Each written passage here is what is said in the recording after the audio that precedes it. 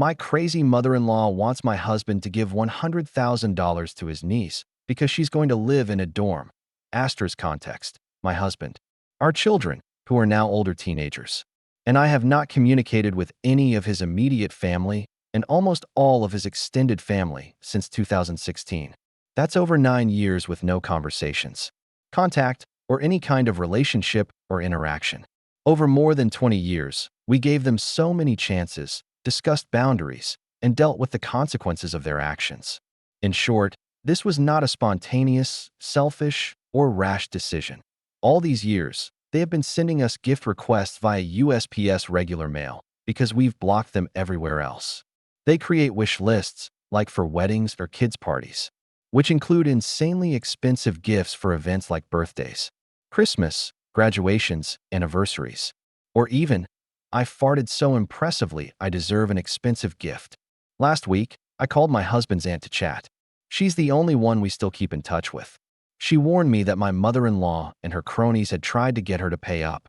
Actually, they used the word donate. Over $100,000 for the golden grandchild's dorm living expenses. The logic was, we're family, we have to stick together, and everyone must contribute their share. When this woman, who lives very modestly on Social Security, gave a firm no, they later sent her an SMS invitation to this dorm shower. My husband's aunt said it was beyond absurd. Not to mention they were directly asking for cash for her graduation. Meanwhile, I started getting messages and calls from old acquaintances and childhood friends. My husband and I grew up in the same town, and his relatives still live there. We moved about 4 hours away. They said the mother-in-law and her crew were harassing them, trying to get our contact information. We had changed our numbers and blocked them everywhere. Last week, I received a real, printed invitation in the mail, along with a wish list. Not from one store, but from 3 different ones. Out of curiosity, we decided to look at the desired gifts. The cheapest item was a set of face cloths for $60. Next was an extension cord for $120, and the prices only went up from there, reaching $2,000. There were even industrial appliances that are absolutely not allowed, let alone usable, in a dorm. So what were they even for? Then the calls from unknown numbers started. They all went to voicemail. My mother-in-law left a message. Son, it's your mother. Your niece is leaving for college, and we need you to give $100,000 for her living expenses. We also sent you. Apparently, the kids and I no longer exist. An invitation to her dorm shower and a photo from her graduation. For that, they directly asked for money without even throwing a party. Don't let us down, because you owe this to your niece and your sister. First of all, no. And again, no. Secondly, the niece's parents earn over $500,000 a year. Both are government employees, love to brag, and their salaries are public information. I found this out from the aunt. So, can't they easily afford to pay for their daughter's dorm stuff? Thirdly, my husband and I have 2 of our own kids in college. One is a sophomore, the other a junior. We never made grand announcements, let alone asked for money. They chose to study closer to home to save money. Fourth, what the hell were you thinking trying to get money and gifts from my parents and other elderly relatives? Why are you scamming senior citizens? My husband put it all through the shredder, and I deleted the voicemail with the full intention of remaining no contact. In the last 2 hours, I've received 6 calls from unknown numbers with their area code, but they didn't leave a message. Just when you think you've escaped, they try to pull you back into their crap. I'm so sick of it. The nerve. And through all this, they haven't even once asked about their own grandchildren, whom they claim to love with all their hearts. Edit. Sorry, I explained it wrong. To be clear, these were 2 separate requests. First, the $100,000 was for room and board in the dorm. Basically, rent and food. Second, the wish lists were for a dorm shower, with specific gifts from certain stores, where people were expected to buy things for the graduate from the list. We don't know how my mother-in-law got our number. An acquaintance suggested they were given our address. They already had it anyway. We have friends and relatives who still live in our hometown. Many attend the same church, which some of the mother-in-law's family also attend.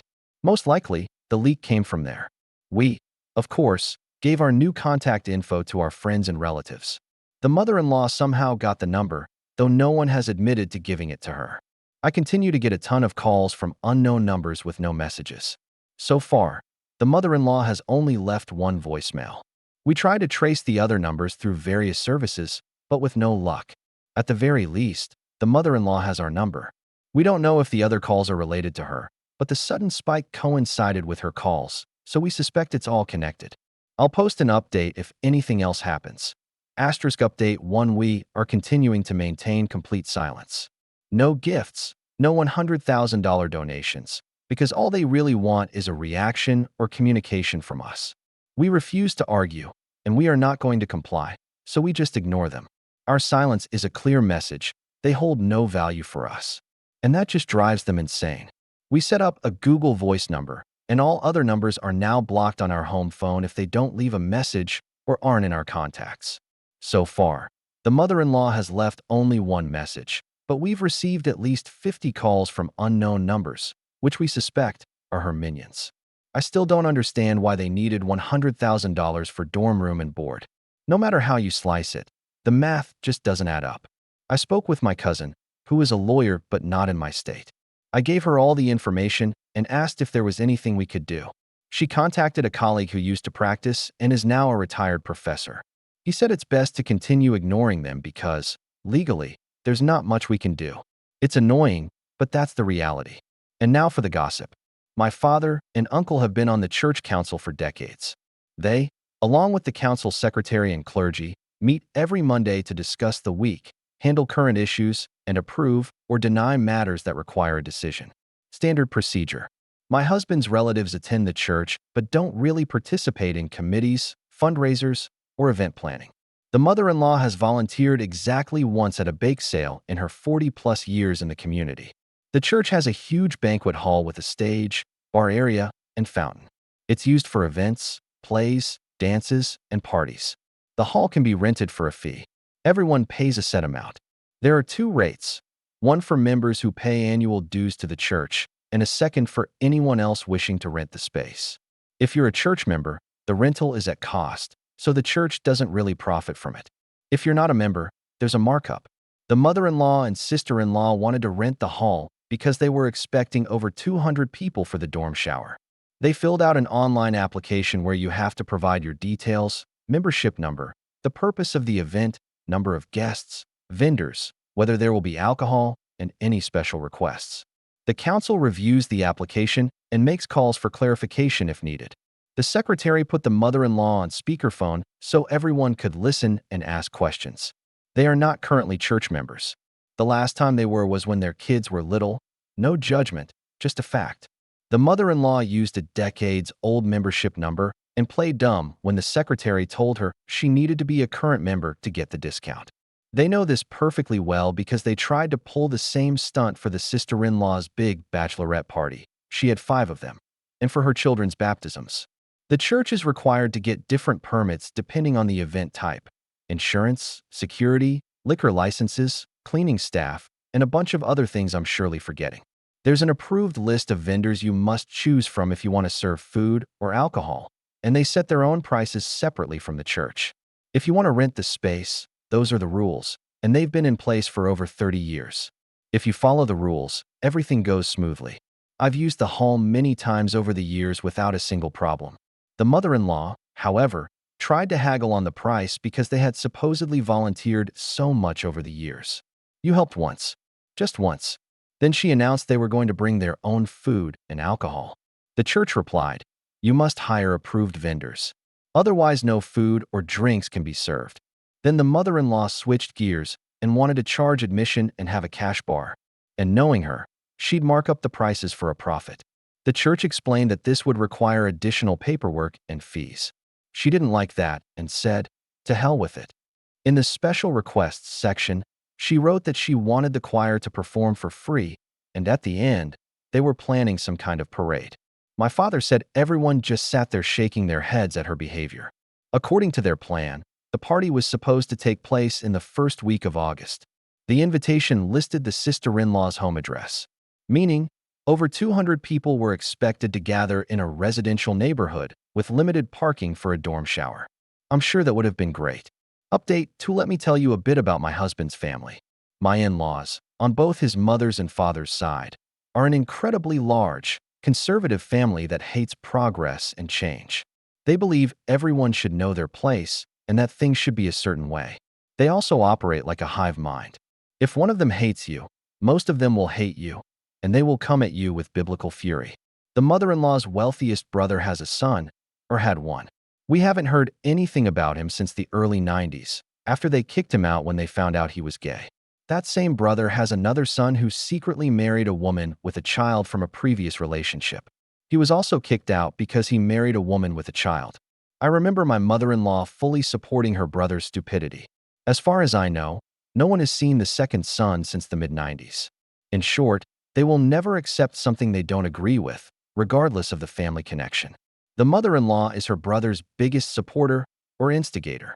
Anyway, an old friend was invited to this dorm shower. She's a mutual friend of my husband and me and knows the sister-in-law. We all went to the same school, and she shares the same culture and speaks the same language as my husband and his family.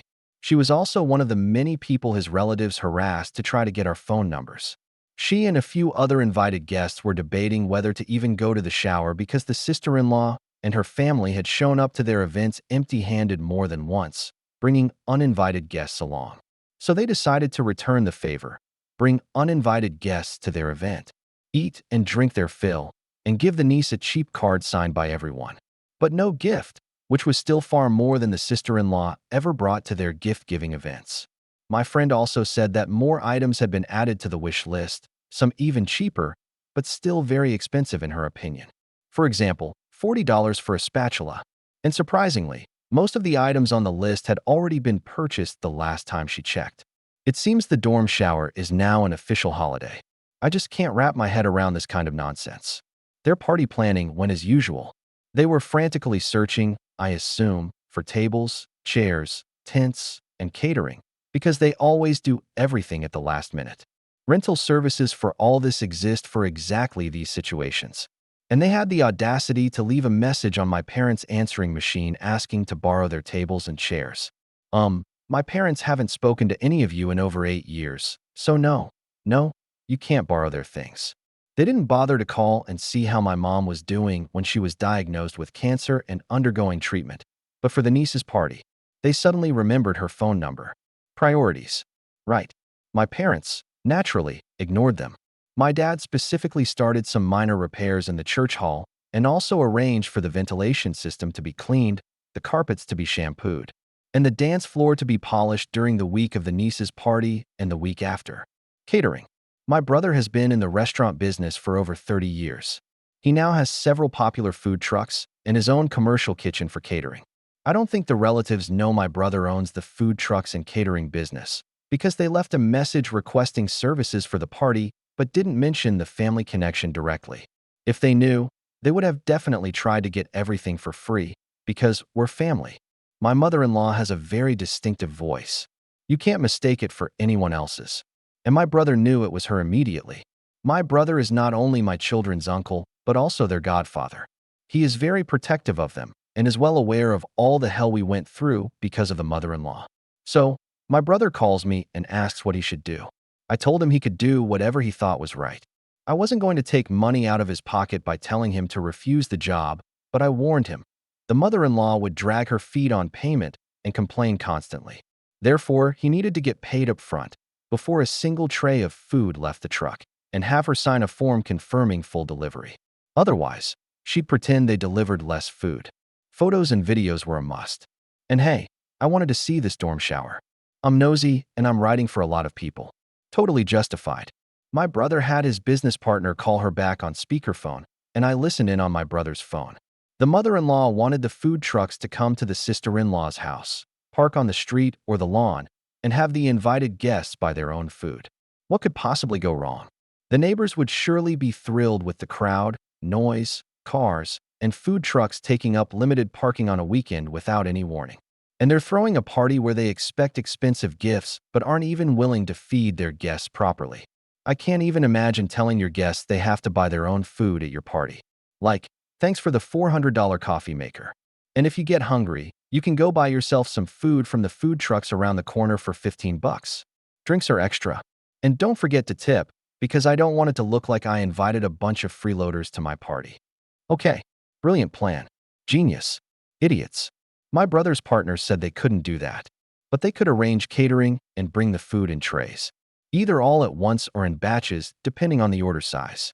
The partner asked how many people there would be, what menu they were considering, if they needed plates and utensils, the basic stuff. By the way, when they tried to book the church hall, they claimed to be expecting over 200 people, but now they wanted to order food for only 50. What was the plan if everyone showed up? Make them fight for food? Like, the last one standing gets a chicken leg? Go around and snatch food from other people's plates? How does their logic even work? How are they not ashamed? I would die of embarrassment. Seriously, what the hell is their plan? This level of stupidity gives me a nervous twitch. Okay, moving on. They discussed the terms, a deposit, with the balance due before the food was delivered. And just for kicks, the partner quoted a price 25% higher than usual. The mother-in-law was outraged that they required a deposit upon signing the contract and payment before they handed over the food. She wanted to be billed later. Lady, you have a bad reputation and everyone knows you're an entitled, freeloading scammer. Because I warned them, and I've seen your scams in action. So yes, payment is required up front and in full. My brother specifically called his many friends in the business, gave them the mother-in-law's and sister-in-law's names, and warned them, take payment up front, mark up the price because they will demand a discount, and expect trouble if you agree to work with them. The mother-in-law said she'd call back. She never did. I wonder why. According to both my friend and my husband's aunt, a few days before the party, they sent out a mass text with a new location. Since everyone wants to support and celebrate the niece's dorm shower, we are moving the venue to a forest park in Trance on street name. Follow the signs and balloons. My friend noted that, for the first time ever, they had a halfway decent idea. At least parking wouldn't be an issue. The plan didn't seem terrible, until it was. The day of the party. According to my friend, since I wasn't there, I was taking notes as we talked. The party was supposed to start around 3 p.m. and go until sunset when the park closes. My friend arrived around 4:30. She saw posters, tables, chairs, smelled barbecue, heard loud music, saw a crowd of people, and portable toilets neatly arranged to the side. It all looked surprisingly stylish and organized. She was genuinely impressed, parked, and walked towards the party. Too bad it wasn't the right party. Not the dorm shower. She realized her mistake and finally found her party. As she approached the real party, she saw acquaintances already leaving. She said it looked like the niece's dorm shower was assembled from all the junk the other party didn't need. There were a few mismatched tables for gifts and cards. The DJ was a teenager playing a mix of cultural and American music from a Bluetooth speaker that was barely audible. There was one small, wobbly square table with bowls of chips and pretzels, swarmed by flies and gnats, plastic cups, napkins, and nothing else. My friend said it seemed like some guests had just gone to get their own food from McDonald's or Taco Bell and were eating it as she walked past saying hello. No buffet, no barbecue, no hint that anything of the sort was planned. Under a tree, there were a few kegs and buckets of ice. No tents, no tables or chairs. No restrooms either, other than the portable ones rented and paid for by the other party. And apparently, they had made it clear they weren't sharing. My friend came straight from work and was told to find somewhere else to relieve herself. She said the sister-in-law had just brought a few chairs from home for the elderly relatives, and everyone else was either standing or sitting on the grass. Yep, sounds exactly as expected. No food, no shelter from the scorching sun, nowhere to sit, nowhere to pee. But plenty of booze. Hydration is important, and a place to collect gifts. My friend didn't see any other food or drinks, and she wasn't offered anything when she arrived. The whole clan was there in full force. People actually showed up for this event. My friend said there were quite a few guests. She didn't count, but she guessed around 150 people, give or take. Relatives, friends, parents, and lots of high school friends. It looked like the niece had collected a ton of gifts. My friend was waiting for her other friends to arrive so she could say hi and then leave, because there was no food and they weren't big drinkers. Meanwhile, the sister-in-law's husband appeared with a cake. They cut it and handed out microscopic, one-bite-sized pieces on napkins. At least no one would get diabetes at their party. Then my in-laws grabbed a megaphone and started a speech about how proud they were, blah, blah, blah. Then the niece's parents gave a speech about how proud they were of her, blah, blah, blah, that she deserves the world, blah, blah, blah, and that they bought her a house. Yes, you heard that right. They bought her a house. I think we just solved the mystery of the $100,000 request for the dorm and the lavish gifts for the dorm shower. And yes, some of you predicted this, but I feel like an idiot now. I actually worked for every property I own. I had no idea all you had to do was call a bunch of people, lie, and ask for hundreds of thousands of dollars. Tell them you'll be disappointed if they don't hand over their life savings, and that they owe it to you. Well, you live and you learn. I'll be sure to pass this brilliant recipe on to my children. A mix of audacity, entitlement, and a dash of narcissistic extortion. Seriously? What the hell? And on what planet is getting money from other people to buy your child a house considered buying them a house yourself? According to my friend, many people were recording it. I'm sure videos are already circulating online. The niece didn't seem surprised about the house at all. Then they asked her to give a speech. She talked about her life and future, thanked everyone for coming, and said she wanted to introduce the love of her life, her girlfriend. After which, she hugged and kissed her right in front of everyone. My friend said my in-laws and the entire clan just stood there in stunned silence, frozen in place, while the high school friends and some other guests clapped and cheered. Then, something started happening within the clan. The rich brother of the mother-in-law jumped up with his wife and adult children, grabbed gifts from the table, and started screaming at the mother-in-law in a mix of English and their native language, saying he wanted his money or all the money back, and he was taking back the house. My friend tried to pretend she wasn't listening, but she was hanging on every word. Something about him being a fool or being made a fool, and about lies, was what my friend caught. Then he started shouting in his native language, using crude insults as they stormed away from the party towards the parking lot. I guess the mother-in-law got her parade of idiots after all. My friend said the mother-in-law and sister-in-law ran after him, but she couldn't hear what they were saying anymore. Apparently, the uncle's son was also yelling at the mother-in-law and sister-in-law. There was a lot of shouting. The rest of the clan seemed to be leaving. Some took their gifts back, others just left. The remaining guests just stood in awkward silence, unsure of what to do. The niece and her girlfriend just went back to their group of friends. My friend said the niece seemed completely unfazed. She wasn't crying or upset. My friend doesn't know what happened to the father-in-law and the niece's father. She didn't see them again after their speeches. My friend was in shock. What the hell just happened? She went to her car, called the friends she was waiting for, told them not to come, went home, and called me with a full report. I don't think the niece's parents or my in-laws knew she had a girlfriend, because otherwise, they wouldn't have made a big deal out of it and certainly wouldn't have thrown a party with very conservative relatives from whom they had already extorted money. I called my husband's aunt and told her everything that had happened. She hadn't heard anything yet, but said the mother-in-law's brother and his son are control freaks you don't want to mess with. The aunt wasn't surprised by their reaction. She promised to give me a full report if she learned anything more. Asterisk update 3. The beloved aunt from New York got some inside scoop. This aunt is married to one of the mother-in-law's brothers. Her husband has serious health problems and requires extra care. So, it's the New York aunt who maintains contact with the clan out of necessity and passes information to her husband when needed. The rich uncle's wife called to give the news to the aunt and her family. To be clear, I haven't spoken to anyone directly except the New York aunt, and I'm just relaying the information she received, adding my own commentary. The rich uncle was hospitalized late Saturday night after the dorm shower and was still there on Tuesday morning. The rich uncle's wife said her husband had a stroke and is in very bad shape. They just wanted the aunt and her husband to know and to pray for them. The rich uncle's son, a lawyer working at his father's company, said his father had a medical episode due to severe dehydration, high blood pressure, and stroke-related issues. I wonder if some shade from the scorching sun, food, water, and the absence of same-sex couples would have helped with that? A mystery I will ponder for the rest of my days. According to the rich uncle's wife, who loves to gossip and seems to genuinely hate my mother-in-law and sister-in-law, who would have thought? Despite pretending to be nice for her husband's sake. This is what happened. The rich uncle paid for, gifted, or loaned the sister-in-law $500,000 to buy a townhouse near where the niece was going to college. The New York aunt doesn't know the exact details and decided not to ask too many questions. The rich uncle's wife said the sister-in-law needed money for major renovations, and the mother-in-law started twisting the rich uncle's arm, demanding more money.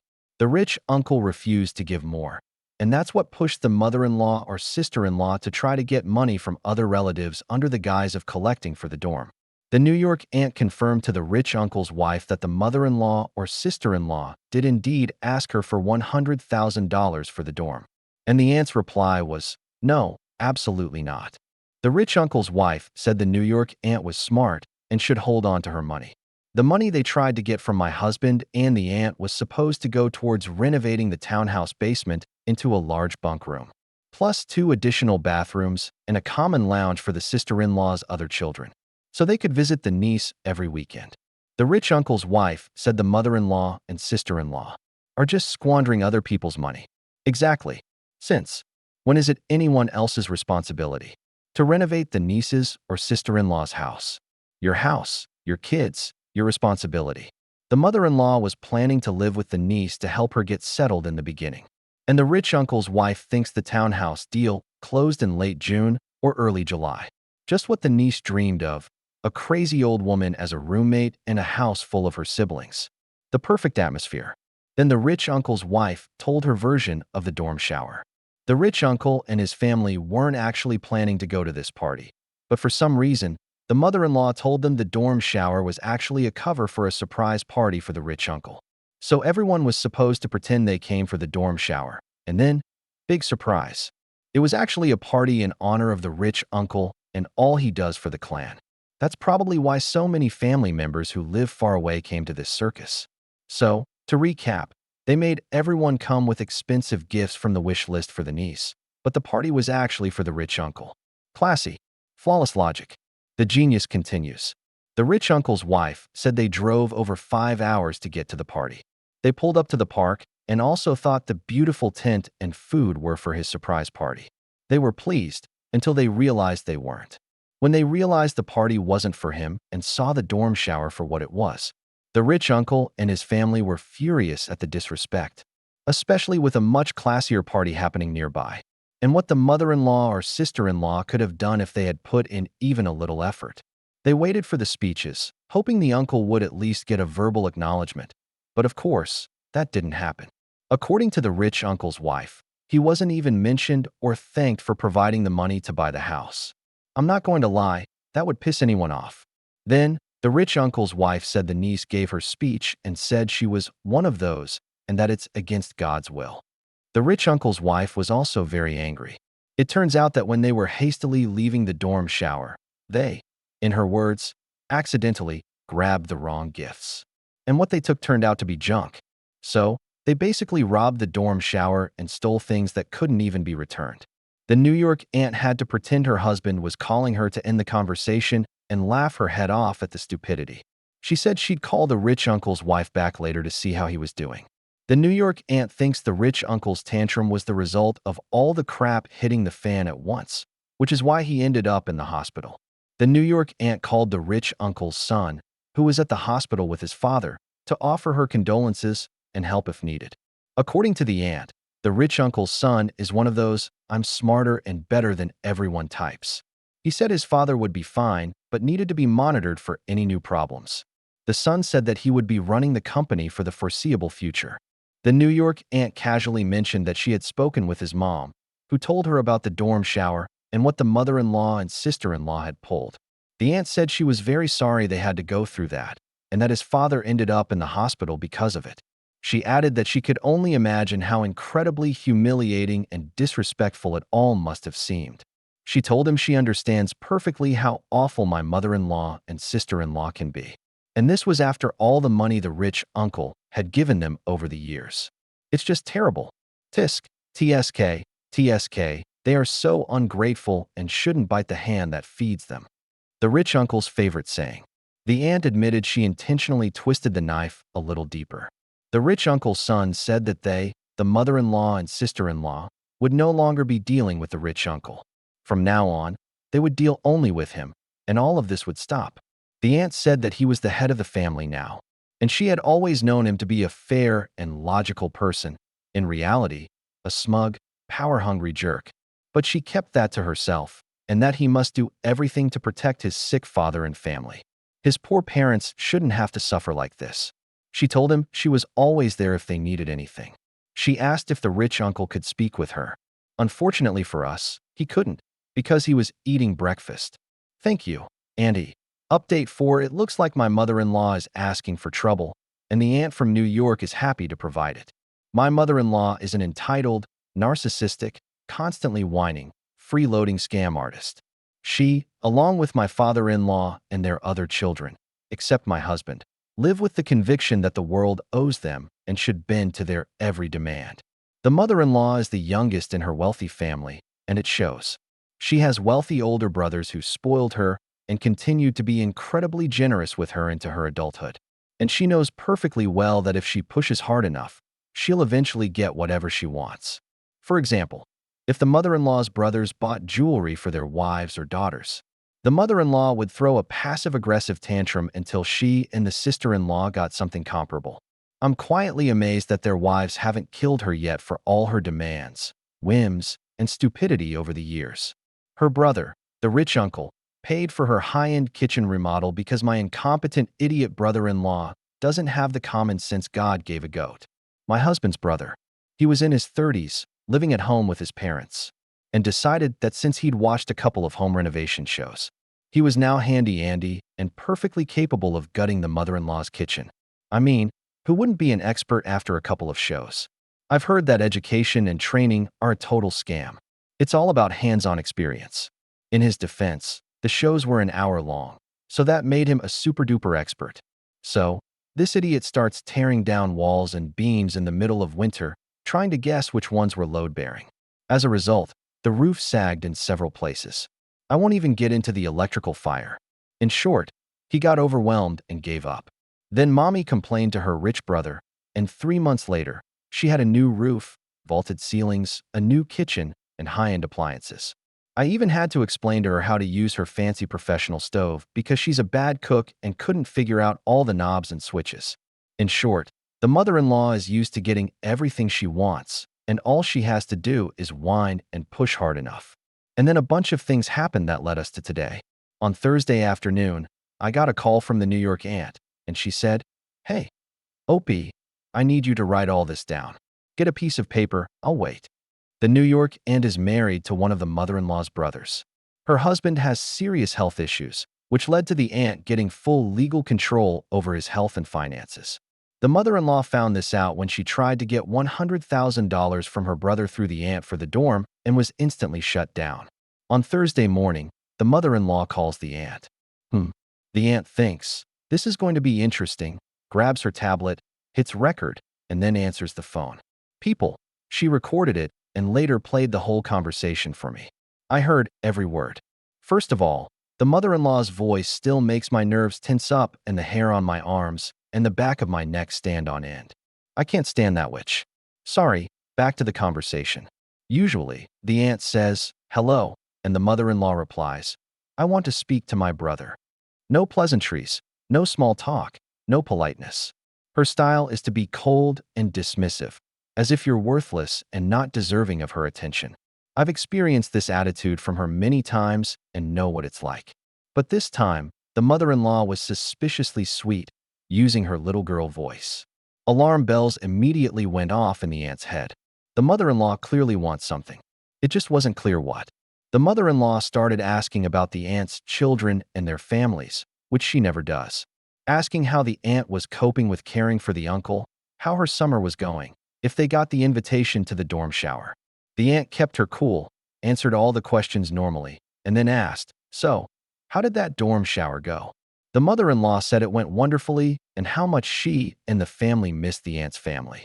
Then she started describing how the weather was perfect, everything was perfect. It seems we have very different definitions of perfect, because my friend who was actually there said there was barely any food, no shelter from the scorching sun, nowhere to eat, nowhere to pee, but plenty of booze. Hydration is important, especially for teenagers, and of course, a place to collect gifts. So her perfect is, to put it mildly, a total disaster. Then she said the niece and her friends put on a performance for everyone and how talented they are. So the niece's huge life announcement and introduction of her partner was, it turns out, a performance they put on for entertainment. Are you serious? How disrespectful, dismissive, delusional, and psychotic is that? I'm running out of adjectives. Simply unbelievable. Absurd on every level. The aunt said, "Really? And how did the performance go? I'm sure everyone loved it. And who from the family was there?" The mother-in-law ignored the question about the performance but started listing everyone who came. Yeah, the aunt definitely wanted to know that your hairdresser, whom she's never met and who, by the way, you should have fired long ago given your appearance, was present. Then she said everyone was very generous to the niece. Right, sure.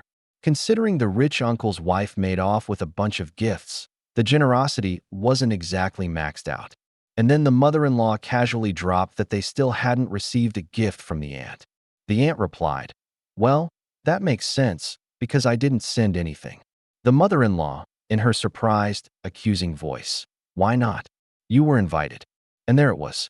The aunt, in the calmest, most even and neutral voice I have ever heard from her, she's usually very expressive, said, "Mother-in-law, remind me, what did you send my children when they went off to college?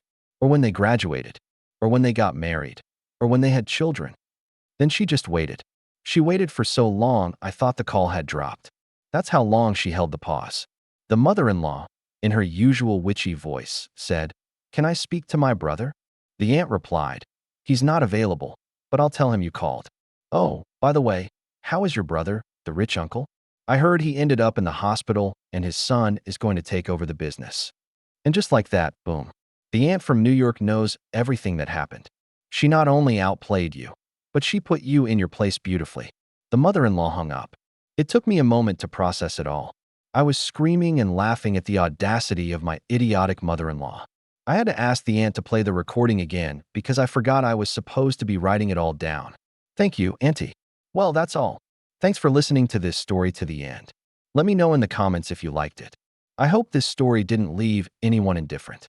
Half of you might think it's just dirty gossip, and the other half, I think, really got into it. My entitled parents want to take my house and give it to their golden child brother, even though they kicked me out of their own house, claiming there was no room for me. I'll warn you right now, this story is going to be incredibly long, so long it couldn't fit into even an hour, but don't worry. It's made up of several parts, 9 to be exact, and you don't have to listen to it all at once from beginning to end. For convenience, I've added timestamps to this video. Let's begin. Honestly, I don't care if you believe this or not, because this whole story is just insane. I don't blame anyone who calls it nonsense. I probably wouldn't have believed it myself, so I won't argue with you. And I don't care if anyone in my family sees this. I'm not going to embellish anything, but I also won't reveal details that could expose my identity to those who don't know me, that I'm in my early 30s and unmarried. I have a 29-year-old brother who already has 4 kids. His first child was born when he was 22, the second a year later, the third 2 years after that, and the fourth was born just a couple of months ago. I don't get along with his wife because she's constantly arrogant and tries to provoke me. If I react in any way, she immediately plays the victim, can burst into tears instantly, and even put on a whole show to get sympathy. My parents and brother absolutely adore her, even though they know what she's really like. They just don't care.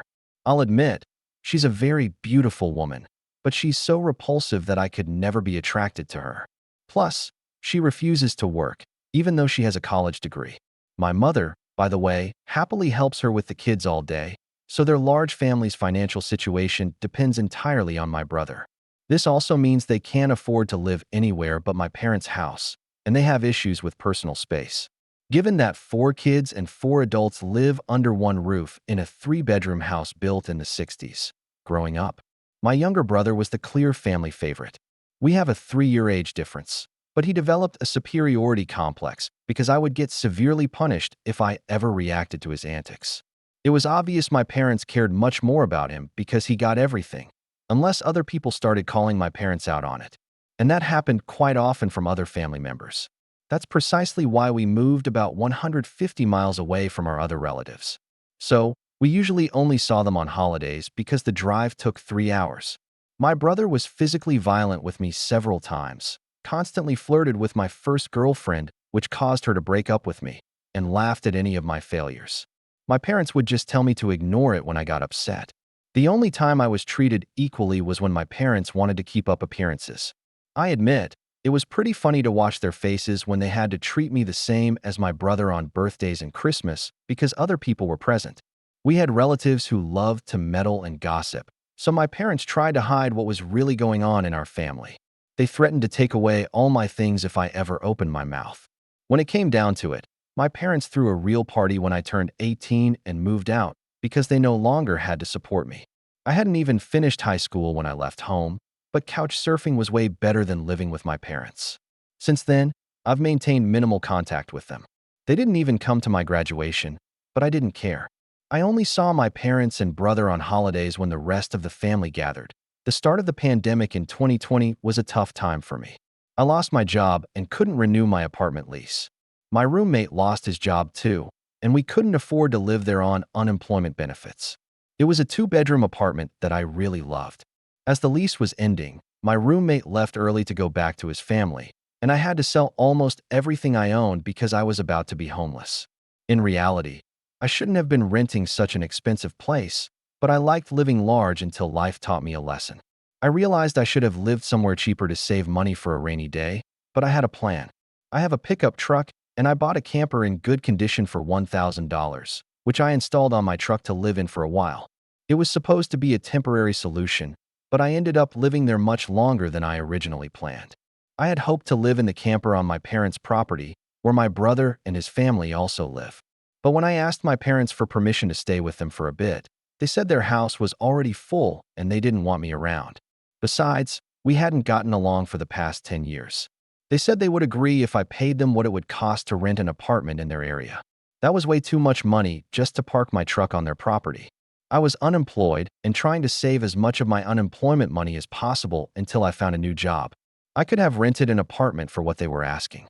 My parents called my camper an eyesore and told me to get lost since we couldn't agree on a price. And my sister-in-law thought it was hilarious that I was forced to live in a camper. My brother joined in, pointing at me and calling me a homeless vagrant. Asterisk the first night, I parked my truck in a store parking lot. I was scared to death, thinking someone might try to break in. Suffice it to say, I didn't sleep well that night. I had nowhere to go, as other relatives with houses and land lived far away, and all my friends lived in apartments. Plus, I was really attached to my area and didn't want to leave. I also had my mail forwarded to a P.O. box. It was the only way to keep getting letters. Finding a permanent place to park was pretty difficult. I was looking for a job similar to my old one, but months went by. During that time, I had to deal with a lot of crap. I encountered beggars, drug addicts, and people demanding I leave because my camper was ruining their view. At one point, a man claiming to be from an HOA demanded I move, even though I wasn't even parked near any apartment buildings. When I asked which HOA, the man became extremely aggressive and started threatening me, so I left anyway to avoid trouble. I also got used to using an extension cord to plug into outlets on random buildings when I was parked on the street. I know it's not right, but I needed to keep the fridge cold. I had a small solar panel to charge my phone, but no generator, and generators are noisy and require fuel.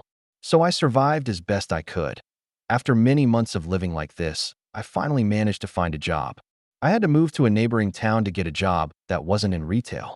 I had worked in that field during college and promised myself I would never go back. Honestly, I was on the verge of breaking that promise several times. I was still receiving unemployment, but I had no place to live, and on top of that, I was just plain bored. I had nothing to do but read, watch movies on a small portable DVD player, use my phone or laptop, and constantly take notes on where I could park and which public restrooms I could use. I'm even a little jealous of the Japanese and their public bathhouses. We could use something like that too. When I finally found a new job, I practically started living there. In the back, near the warehouse, there were old employee parking spots that nobody used anymore because they were far from the building. My boss, the company owner, even liked our arrangement of me living in the parking lot because I was willing to take any shift. He even let me take the camper off the truck and leave it in one of the spots so I could drive without it. I'm not sure if it was legal, but no one said anything. I was almost always on call when help was needed at work and worked nearly every day of the week. My boss let me connect the camper to the building's power and water supply, and in return, I worked for free on Sundays when no one was in the office except the janitor and security guard. I usually showered at a friend's apartment or the local gym since the camper didn't have a shower. I only had a portable toilet that I didn't want to use because emptying it is not a pleasant task, so I used other restrooms when I could. I also had a key to the warehouse and could use the restroom there anytime. I even became friends with the night security guard, who became one of my close friends. Heating the camper in the winter was easy with a small electric heater. Summer, however, was unbearable, so I bought a used portable air conditioner to cool down. I earned a lot of money from overtime and learned a lot from other employees. In the middle of that year, I managed to get a promotion. I became a manager and started earning good money. That's when I decided I wanted to buy a house. The fear I felt when I couldn't pay my rent made me realize I needed something stable in my life for the long term. I started looking for a house and found a single-story, three-bedroom house with a small yard just 2 miles from work. I even managed to negotiate the price down by $10,000. I spent almost all my savings on the down payment and got approved for a mortgage. Finally, I no longer had to live in a camper. I had enough space in my yard to park the truck behind the house and take off the camper. And that's what I did, just in case I wanted to use it again. Once I was fully settled in the house, I made the mistake of bragging about my achievement on social media. My family saw the post, and that's when it all began. A few weeks later, my parents, brother, and his wife showed up at my place unannounced for a tour of my house. I hadn't even given them my address, so I still don't know how they found out where I live. None of my friends ever confessed, and no family members had visited me before. So I suspect they might have followed me home from work, which wouldn't surprise me at all. As soon as I opened the door, my parents and my brother's family literally barged in like a bunch of noisy tourists. They started making themselves at home, walking around and looking at everything, while my sister-in-law, with a creepy smirk on her face, kept giving me side glances.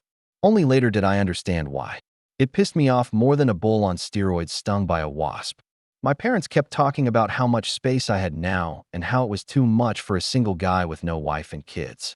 Not right now, but I probably will someday. And my brother kept repeating that I had more space than our parents' house and that my house was closer to his work. Eventually, my brother asked to speak with me alone. Everyone else suddenly went out onto the patio. That's when I finally realized they were up to something. My brother, let's call him Dan, said the house was too big for me alone and that I should let him and his family move in because his wife was pregnant with their fourth child and my house was closer to his work. He pointed out that I already had a camper, so I could just live in it on the property while they lived in my house. I want to note that Dan never even mentioned paying me rent. Keep in mind, he has a good job. He also started talking about rules for me, and even a curfew, and that I wouldn't be able to just walk into the house anytime without prior notice. If it wasn't my brother, I would have thought the guy was insane. But Dan lost his mind a long time ago, thanks to our parents who treated him like he was the center of the universe.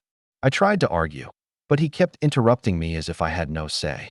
I wouldn't have even wanted to rent the house, or even part of it, to him. Maybe to other people to help with the mortgage, but definitely not to him and his entitled wife. I've read about similar situations online many times, but I never thought I'd be the main character in one. But my parents, brother, and sister-in-law perfectly fit the description of narcissistic, self-absorbed psychos, so I pulled out my phone and started recording.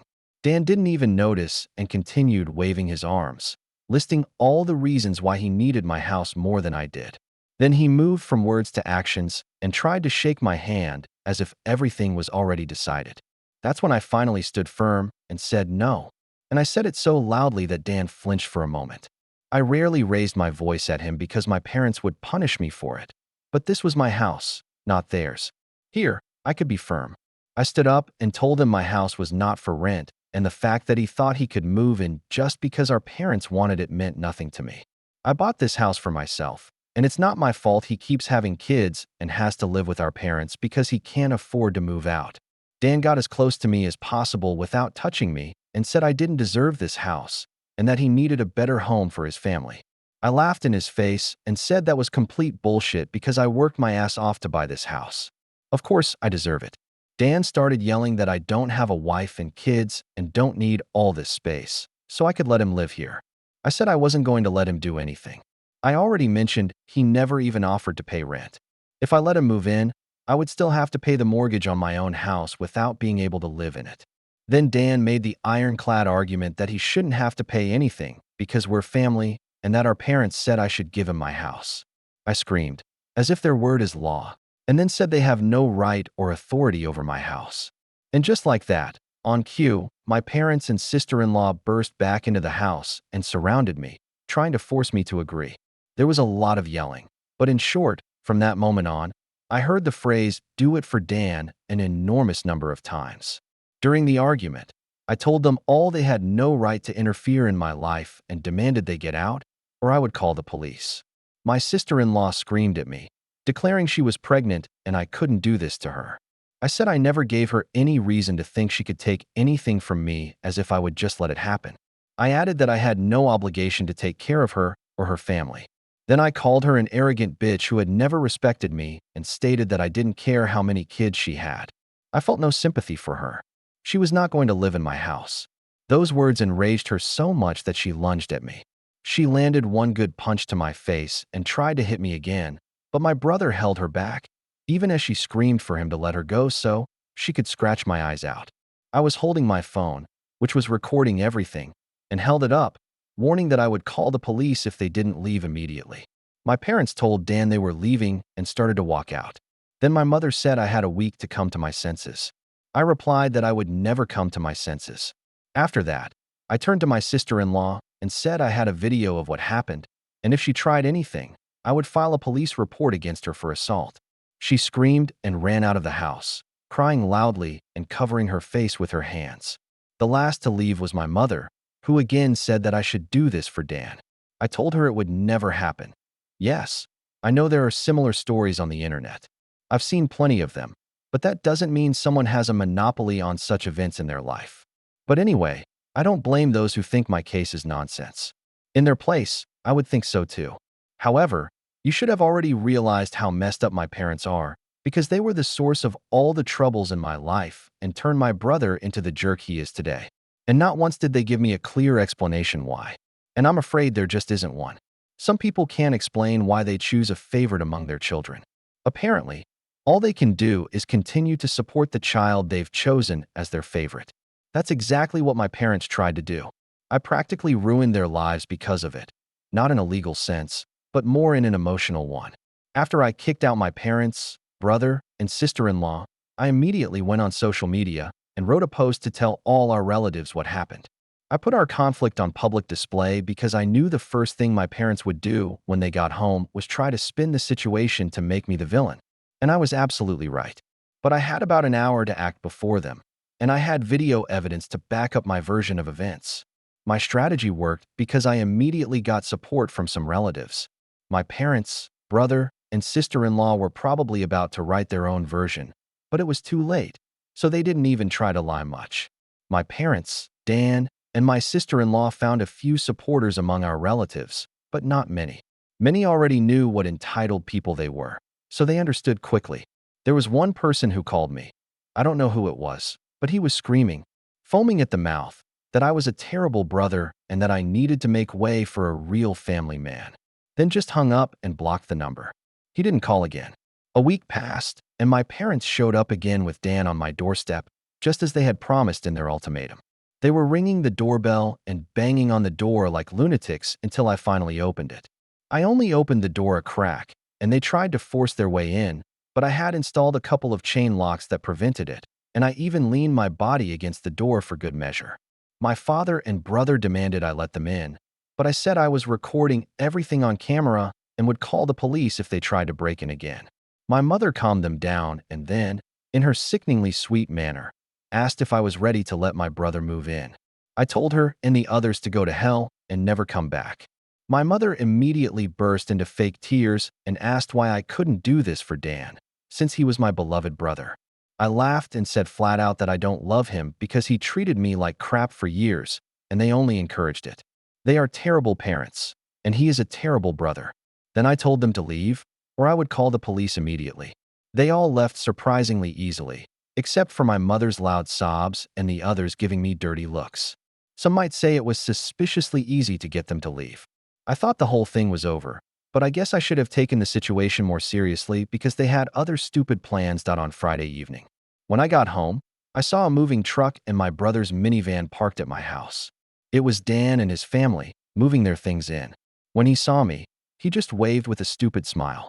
I was furious and told him and the others to stop, but my sister-in-law smugly told me that whether I liked it or not, they were moving in. Then, in the most fake tone, tilting her head and pouting, she declared that my mommy said they could and that I should always listen to my mommy. I was boiling with rage hearing those words and seeing her smug face, so I locked myself in my truck and immediately called the police. When they realized what I was doing, my sister-in-law started banging on my window and yelling at me to stop, claiming I couldn't do this to her because she and Dan needed this house. She screamed, "Why can't you do this for Dan?" I replied, "To hell with him. This is my damn house, not his." Then she threatened to scratch my truck if I didn't stop calling the police. The 911 operator heard all of this since my truck window was slightly open. I told my sister-in-law that if she damaged my truck, I would sue her. She was smart enough to back off. When the police arrived, Dan and my sister-in-law, along with their kids, had locked themselves in my house. I told the officers what had happened and showed them my driver's license with my current address on it. When we approached my front door, I saw they had changed the locks. The old lock was lying on the porch with its core drilled out, and next to it was the drill they had used, with a full set of bits. Could they be any dumber, leaving the evidence in plain sight?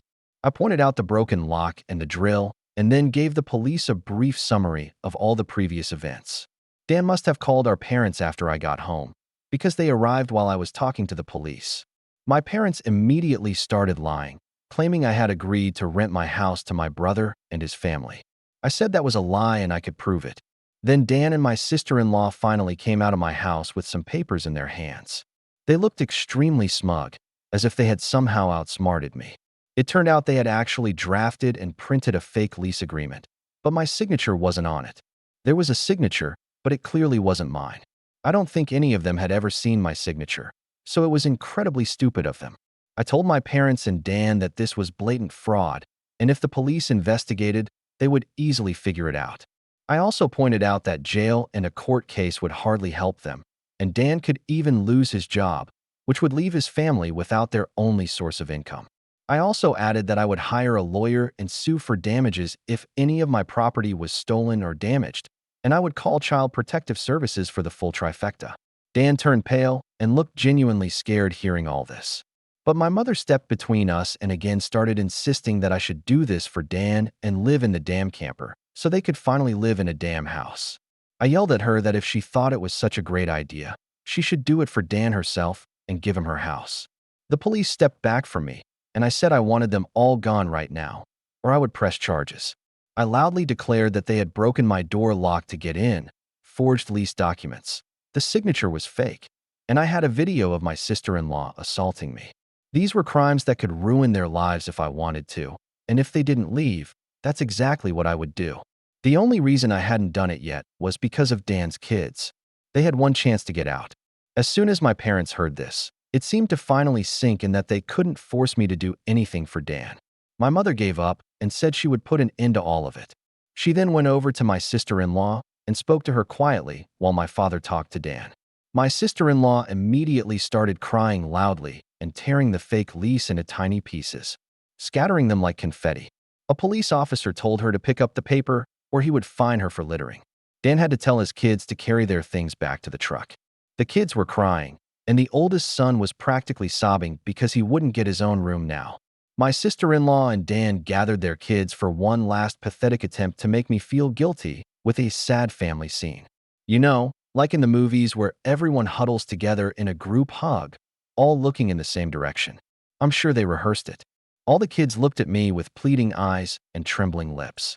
My sister-in-law kept stroking her pregnant belly and tilting her head, trying to look like a sad puppy, while my brother put on the saddest face he could muster and said, "Please, don't do this. We need to live here." But I didn't budge and told them to keep packing. All the kids and my sister-in-law started crying even louder, and Dan yelled at me, "Are you happy with yourself? You denied us a home because you're too selfish to share and help your family." I started laughing like a madman and replied that he didn't want to share. He wanted to take, and no amount of tears would make me let his family move in because he was no longer my brother.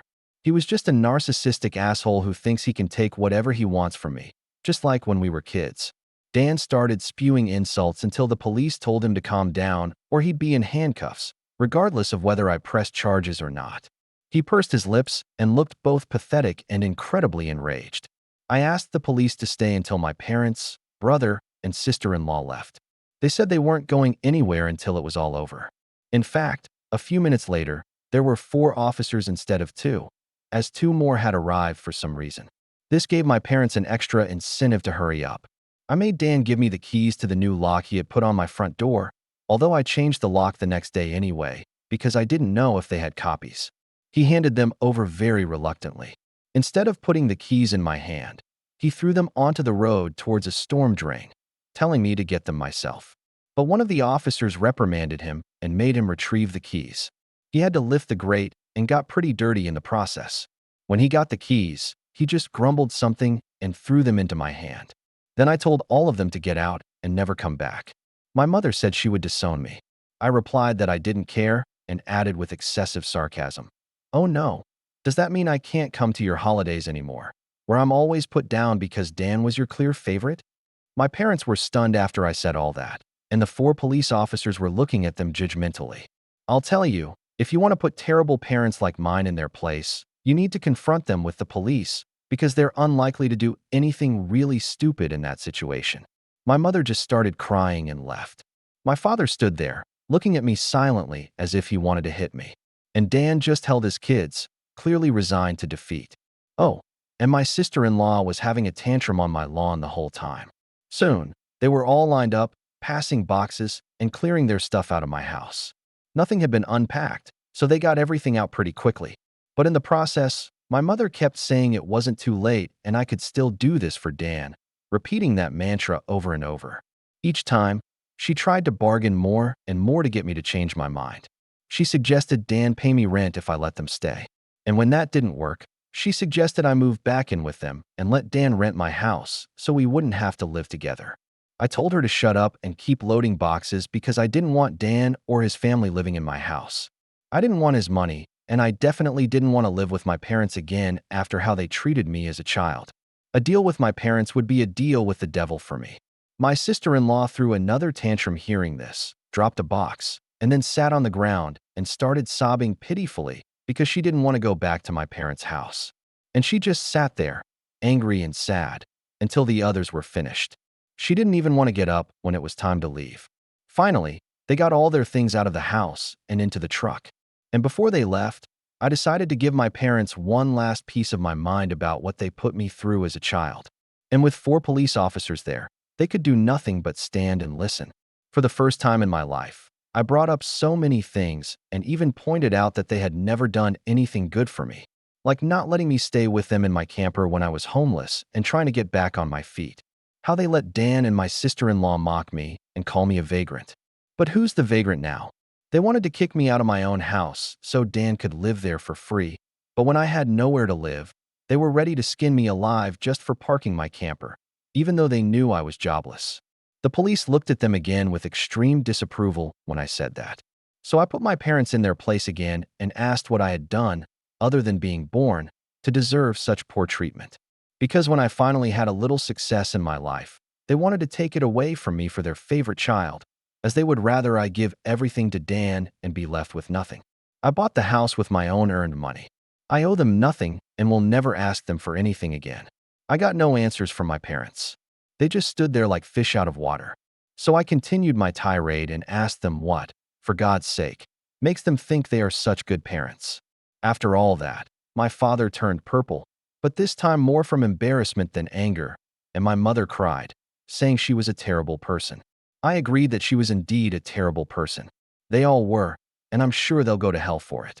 They were terrible people, and they knew it. But if I had leveled all these accusations at them without witnesses, they would have just gotten angry at me and continued to think I was wrong. They had been in denial for so long that it had become part of their personality. My mother hid her face on my father's shoulder to cry, and my father looked defeated. Dan and his family avoided me while they finished loading the truck. I made sure none of my property was stolen, not that I had much furniture at the time. I was lucky to have a couch at all. They all got back in their cars, and my sister-in-law kept glaring at me with hatred until my brother finally made her leave in the minivan. And as soon as everyone was gone, I went online again and wrote about what happened. My parents were too embarrassed this time to try to justify their actions. And although the family was somewhat divided before this incident, the balance had now clearly tipped in my favor. Almost all my relatives sided with me after this incident, and those who didn't just remained neutral. No matter how many times my parents repeated that they did it for Dan, no one was listening anymore. Many of the relatives from whom I didn't expect support sided with me, including former supporters of my parents. I even offered to host half the relatives for Christmas at my new house. I didn't invite my parents. To my surprise, my brother and sister-in-law didn't block me on their social media. Thanks to that, I found out that my sister-in-law had her fourth child in early November. They are still living with my parents. I'm almost certain they knew I was following their pages because my sister-in-law continued to make passive-aggressive posts every couple of weeks about how crowded it was at my parents' house, probably trying to make me feel guilty. And I'm sure it's driving my mother and father crazy because they can't find peace and quiet in their old age with three noisy, annoying kids, a mentally unstable daughter-in-law, and a newborn in the house all at once. Maybe they should move into a camper in their backyard and let Dan have the whole house. Maybe then they'd have some peace. Yes, they could do that for Dan for those who said I should install cameras. I plan to do so as soon as I can afford it. I'm still recovering financially from buying the house last year. And from what I know, good cameras require a decent computer to record video. And I only have a 3-year-old laptop with Windows 10. Yes, I know about video doorbells. That will be the first thing I buy. For those who keep saying I should have just had my brother and sister-in-law arrested, the only reason I didn't is because they are parents. Their kids need them. If Dan were arrested, he would most likely lose his job. Without a job, his family would be penniless, and my sister-in-law now has a newborn. None of them should be in jail. But you don't need jail for revenge. The police can certainly help, but I got my revenge without filing charges. Would I show such mercy again? Probably not, and they know it. My sister-in-law was making passive-aggressive posts on her page, clearly aimed at me, especially after her fourth child was born in November. She kept repeating the same nonsense over and over, just in different words. Mostly, she complained about being tired of living with my parents, that there wasn't enough space, that she needed her own house, and so on. I already mentioned I invited half the family over for a Christmas Eve party. Everyone I invited came, even though they had to drive about 3 to 4 hours. But these people wanted to come and show me their support. They praised me a lot for how hard I worked to buy a house, without any help, and expressed regret for everything I had to go through. They asked me why I didn't just come live with them instead of being practically homeless for so long. I had to embarrassingly admit that I was very attached to living in this area, and I had better job opportunities here. Plus, I wanted to make it on my own. That explanation was generally accepted. We continued the party, which turned out to be the best in years. We listened to Christmas carols, had a great time, and I was genuinely happy. For the first time, I felt like I could forget my past troubles and just enjoy the moment. But I wouldn't be writing here now if that were the end of it. About 2 hours into the party, uninvited guests arrived, my parents, brother, and sister-in-law with happy smiles on their faces. They didn't even knock, just walked in like they owned the place. I turned off the music and told them to leave immediately. They begged me to let them stay and said they brought gifts. My uncle stood up and yelled at them before I could say anything. He said they didn't deserve to be in my house or my life after what they tried to pull a few months ago. Several other relatives backed him up. Note, this man is my mother's brother, and he used to adore her until he found out about all the nasty things that had been happening between me and my parents. My grandmother and grandfather, my mother's parents, despite their age, rushed to stand between us and told my parents that if they wanted to make peace with me, now was not the time, and they had never been more disappointed in them than they were this year. They needed to try to start treating me like a son if they ever wanted to be a part of my life again. Then they turned to Dan and my sister-in-law and said they had seen the repetitive posts she kept making. They were tired of it and told her to just let it go. My house was not going to be their new home. My sister-in-law started crying again and put on a pathetic performance about how she should be the one living here, not me. She collapsed into a chair and threw a tantrum, saying it was unfair that I had a house while I didn't have a family of my own. And she had 4 kids who needed more space. And all she wanted was a better life for her children to feel like a real mom. It was petty of me, but I said loudly that she was a terrible mother because it was my mom who mostly took care of her kids while she sat on her, but all day, drinking, playing on her phone, or spending Dan's money. And she still had the nerve to complain. I even joked that it was amazing her baby didn't get drunk from her breast milk, considering how much she drank. I admit, that was going too far because everyone present stared at me in surprise, and my sister-in-law demanded to know if I thought she was a bad mother. I said the facts spoke for themselves. If she ever wanted to be able to move out of my parents' house, she needed to use her college degree, get a job, and learn to manage money. My mother already does most of the child care for my brother's kids, so she would have plenty of time once her youngest was a bit older. My brother's oldest son, who is 7, ran up to me, started kicking me, and yelling at me for scolding his mom. He yelled that his mom said I was a bad person who wouldn't let them live here. Then my brother grabbed his son to pull him away from me, but all the other relatives intervened again and spoke out against my sister-in-law and brother. She was crying, her newborn was crying, her kids were crying. Hell, even Dan was on the verge of tears from the verbal barrage he was getting. In the end, he just sat on the ottoman by the front door where I keep my shoes and looked completely broken. He couldn't look at anyone, couldn't even say 2 words. Not with a house full of angry people ready to judge him if he tried to show his golden nature again. If we were alone, I bet he would have tried to order me to give him my house again, like a few months ago. But now he was humiliated, and his reputation in the family was completely destroyed. Shortly after, my parents, brother, and sister-in-law left, feeling utterly defeated. The party continued, and we tried not to mention what had just happened for the rest of the evening. Since most of the adults had been drinking, everyone stayed the night. I even let some guests sleep in the camper so there would be enough space for everyone. I admit, it made a great guest house. My relatives couldn't believe I had lived in it for about 2 years. I woke up before everyone else on Christmas morning, made coffee, and set out ibuprofen for those with hangovers. I was praised for being a much more pleasant host than my parents, and we all agreed to meet again next Christmas. After Christmas, my sister-in-law finally stopped posting things clearly aimed at me and also deleted all her old posts.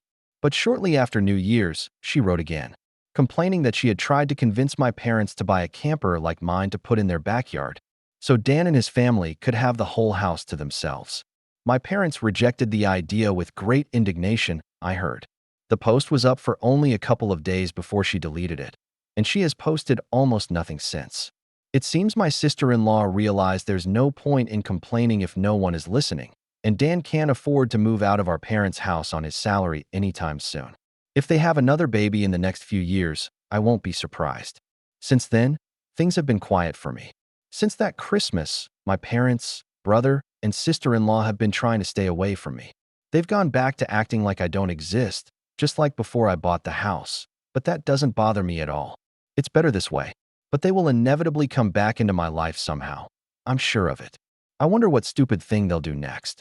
This will hardly surprise those who commented on my previous posts, because my parents did exactly what many predicted. They wanted either my money or my signature. I was expecting the classic narcissist lines about how I owed them something, or some socialist slogans about sharing the wealth, but those were just my imaginary fears. It all started when my parents recently contacted me through social media and asked to meet in a public place of my choosing. I immediately thought it was something shady, but I wasn't afraid. In fact, I was even amused by it. My parents know they can't mess with me anymore, so I was curious what they wanted this time. I chose a local restaurant, and we met there. Dan was with them, but he was silent most of the time. After some awkward greetings and ordering drinks, we got down to business. My parents begged me to help Dan rent an apartment so he could finally move out. It turns out Dan's credit history isn't great. How unexpected, right?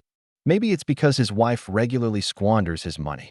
He asked me to either help financially or co-sign a lease and help pay the rent. I simply refused both options. Then Dan angrily yelled that he needed my help and that I should donate money for his family since I don't have one of my own. I laughed and asked where they were when I needed their help. Oh, right. They were laughing at me when I was homeless. Or should I bring up our childhood? I'd be happy to delve into that topic with plenty of listeners around. My mother grabbed my arm and begged me not to talk about it. My father and Dan just looked away and said nothing. I asked them if they thought I was some rich guy. Their faces said it all. When I told them I didn't have that kind of money, they looked at me in surprise. I explained how I managed to save for the down payment on the house and how I had to practically live at work to save up that amount. I'm still in a financial crunch. Yes, I have some disposable income each month, but most of it goes into savings. I asked Dan what his annual income was, and when he told me, I pointed out that it was actually slightly higher than mine. Then I broadly explained to my parents that about 70% of my income goes to my mortgage, insurance, gas, internet, phone, food, and other bills, leaving me with a maximum of 30% that I can put into savings. I need to have savings for emergencies. My truck is from the 90s. If it breaks down, I'll need money to fix it or buy a new car. And there are other things that require an emergency fund, like home repairs, medical bills, taxes, lawyers, or any other sudden expenses. So, as you can see, I simply can't spare any money for Dan. And I also refuse to co-sign, because in that case, I would be responsible for any bills that Dan can't or won't pay. Then I noted that this was probably why my parents didn't co-sign for Dan themselves. My mother started crying again. I was one step ahead of them in everything. I am not an ATM and not a fool, and I told them that straight to their faces. I expected my father to get angry with me, as he always did, but this time he didn't. I've known this man my whole life, and he would explode at me for the slightest provocation if I disagreed with my brother, but not this time. There wasn't even a hint of a smirk on my father's face.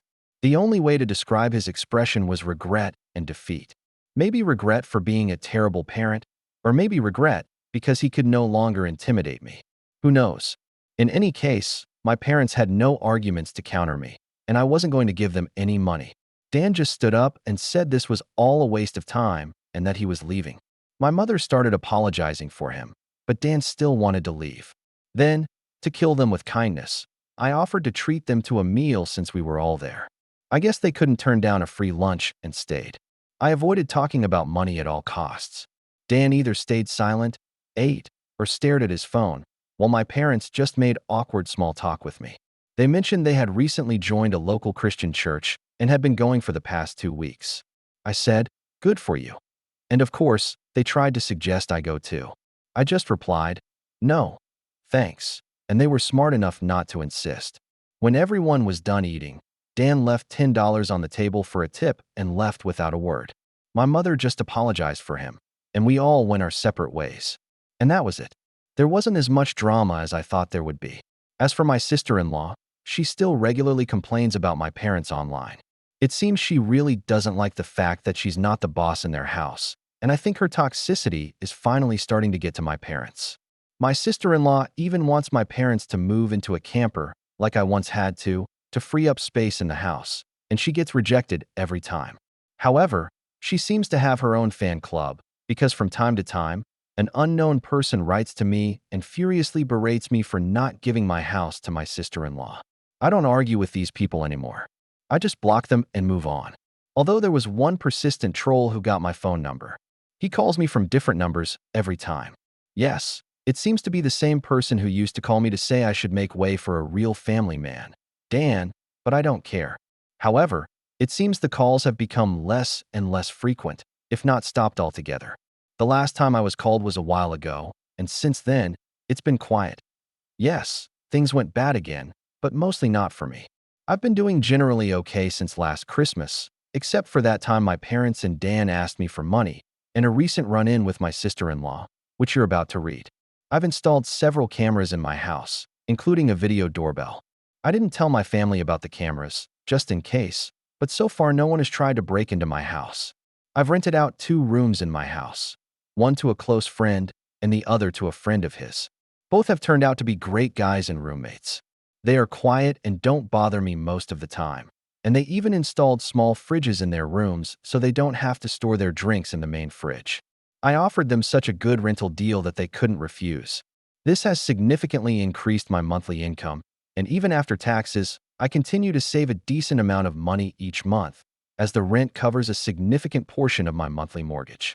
You're probably wondering how my parents, brother, and sister-in-law reacted to the news that I'm renting rooms to friends. The answer, badly. My father and Dan said nothing, but my sister-in-law threw a huge fit, which led to my mother coming to me in tears, complaining that I could have rented those rooms to Dan and his family. We argued a bit, and I pointed out that they, for crying out loud, changed the locks on my house to move in without permission. She certainly wouldn't want people who did something like that to move in with her. Besides, There's not enough space in my house for me, Dan, and his whole family, even if I ever agreed to live with them under one roof. I have a 3-bedroom house. I live in the master bedroom with its own bathroom. That would only leave 2 small rooms for Dan, his wife, and their 4 kids. Not to mention they would constantly annoy me. My mother also knows perfectly well that I can't be around my sister-in-law because she deliberately provokes me, and they all mocked me when I was homeless. Besides, my current tenants are 2 single guys in their 30s whom I get along with well. My mother cried for a while longer, but eventually admitted she was just desperate. And do you know how my parents found out I was renting out rooms? My sister-in-law was somehow spying on me. Then she told my parents, and then my mother came to me crying. Since then, my parents haven't bothered me about the house anymore. So, I'm doing fine. My parents and Dan, on the other hand, are not. It turned out my sister-in-law was an even worse person than I thought. I already knew she was a master manipulator and a drama queen, but she sank even lower in my eyes because Dan's youngest child turned out not to be his. Yes, you heard that right. My sister-in-law cheated on him, which in retrospect is not that surprising. And it's something many had predicted months ago. After she was caught red-handed, my sister-in-law was kicked out of the family. Dan recently finalized the divorce, and it was in his favor, as fortunately, we live in a state where divorce can be granted based on fault. Dan also filed a lawsuit to have his name removed from the youngest child's birth certificate and won the case. In short, after that incident where my parents tried to force me to give my house to Dan, things at their house went downhill. My sister-in-law, for some reason, blamed me for everything. She was convinced I had tons of money, as if I had won the lottery or received an inheritance, and that I should share the wealth. According to her, she convinced my parents and husband to come to my Christmas party because she hoped they could all get back in my good graces. And it was entirely her idea to ask me for money to rent an apartment. So her hopes were dashed when Dan and my parents told her about my actual financial situation. I think the fact that my relatives reprimanded them at my Christmas party not only further ruined my parents' reputation, but also served as a signal to them to stop listening to my sister-in-law. And as I mentioned in my last post, my parents decided to start going to church again, possibly because last year I said they would probably go to hell for their actions. I can't say that's the real reason, but you have to admit, it would be nice if it were. Although my parents hadn't been to church in the last 2 decades, they even came to my house without my brother to apologize in person after reading the first 3 parts of my story. Yes, they found them. They also know everything I'm saying here, and they are not happy about it. For my parents and Dan, reading the story about themselves was a great way to understand what kind of people they really were. I've never seen my father apologize to anyone like that, and this man is far from a good actor, so it seemed sincere. My parents fully admitted what they did to me and that there was no excuse for it. They even described themselves as narcissists and acknowledged the truth that they had hurt me very badly. Then they started blaming my sister-in-law for many things. Yes, they kind of threw her under the bus, but you can't say she's the only one to blame for everything. My parents have been going to counseling for a while now and suggested group family therapy for me. I declined, as I'm not mentally ready for that yet. Dan didn't apologize to me, but every time the past came up, he looked extremely remorseful. Meanwhile, Dan and my sister-in-law's marriage completely fell apart. This woman finally showed her true colors to Dan and my parents, and they realized she wasn't who she pretended to be. But as you can guess, things only got worse because my sister-in-law continued to find other ways to get what she wanted. She kept showing them ads for used mobile homes to try to get my parents to buy one. Then they could live in the mobile home, and the main house would be left to Dan. And she kept doing this no matter how many times they asked her to stop. She even claimed my parents should just buy a mobile home and travel the country like normal retirees do. It was stupid even for my sister-in-law. My parents suggested the opposite, that Dan and his wife buy an RV and live in it. My sister-in-law mostly said that was impossible because she was a mother. When my sister-in-law didn't get her way, she actually took her baby and left the house, disappearing for a few days. They knew she was okay because her phone was still on, and she was responding to messages with short but passive-aggressive replies. And when she returned, she was only more bitter because no one had given in to her demands while she was gone. My sister-in-law also refused to go to church, but Dan went with our parents and took his kids with him, except for the youngest, as my sister-in-law wouldn't let him take the baby anywhere. Personally, I don't go to church. I believe in God and all that, but it didn't help me at all as a child. Most of this information came from Dan and my parents. I'm just retelling it. In March, when Dan suddenly accused his wife of cheating, it shocked us all because we thought he was completely under her thumb. But it turned out that wasn't the case. You all know how he treated me when I stood up to him. Well, his wife didn't fare well either. He started putting the pieces of her betrayal together after he finally pulled his head out of the sand and secretly had DNA tests done on all his children. 3 of the kids were his, but the youngest was not. For the record, Dan and I have almost black, straight hair, just like our parents. My sister-in-law also has straight, dark hair, but the baby's hair was light and slightly curly. At first, Dan thought it would darken with age, but the child's hair never did. I think that was the biggest red flag for Dan. He presented the DNA test results to his wife in front of our parents. She burst into tears, claiming it was a lab error. My sister-in-law used all the classic tricks: denial, gradual admission of the truth, and manipulation. But Dan didn't fall for it, and did much more to find out the truth about her affair than I ever thought he would. I knew he was smart. He just allowed himself to be stupid.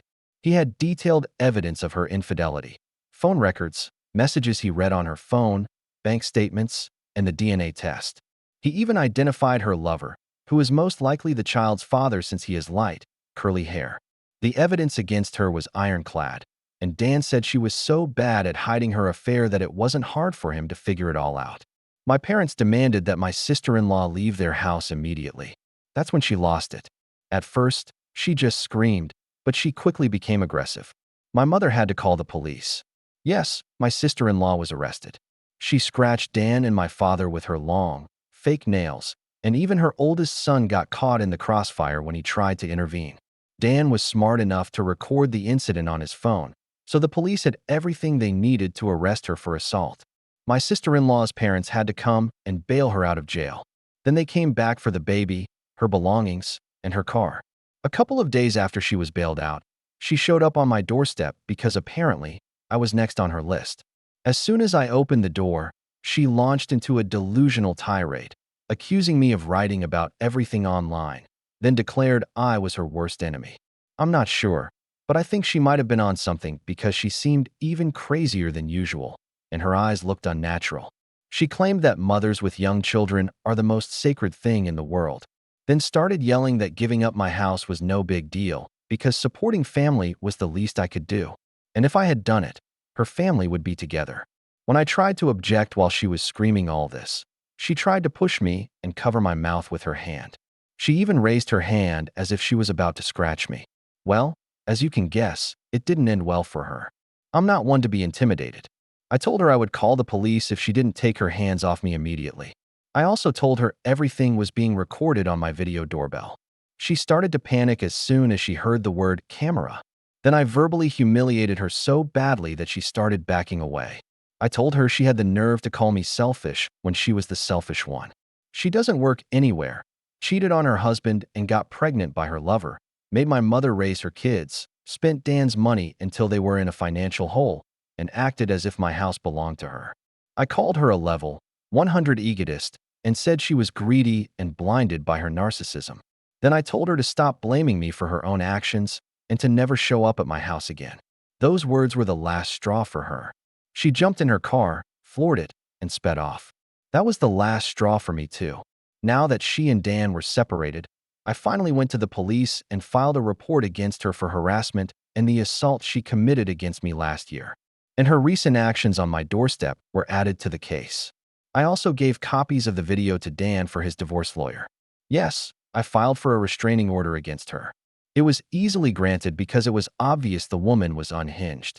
She hasn't posted about me since, at least none that I've seen. In any case, she left me alone. My sister-in-law was still in a relationship with her lover during the divorce proceedings. At the time, I didn't know what kind of person he was, but anyone who has an affair with a married woman and even gets her pregnant is unlikely to have any moral principles. When the divorce began, my sister-in-law admitted that Dan was no longer a real man to her because he couldn't provide her with the lifestyle she wanted. She truly saw herself as a trophy wife and believed she deserved to be with someone rich. Dan said he laughed maniacally in her face. He told her she was nowhere near beautiful enough to be a trophy wife and pointed out her other flaws. My sister-in-law was once again humiliated by the fact that she now had to live with her parents. She was forced to work in their family business because Dan no longer gave her access to his bank accounts.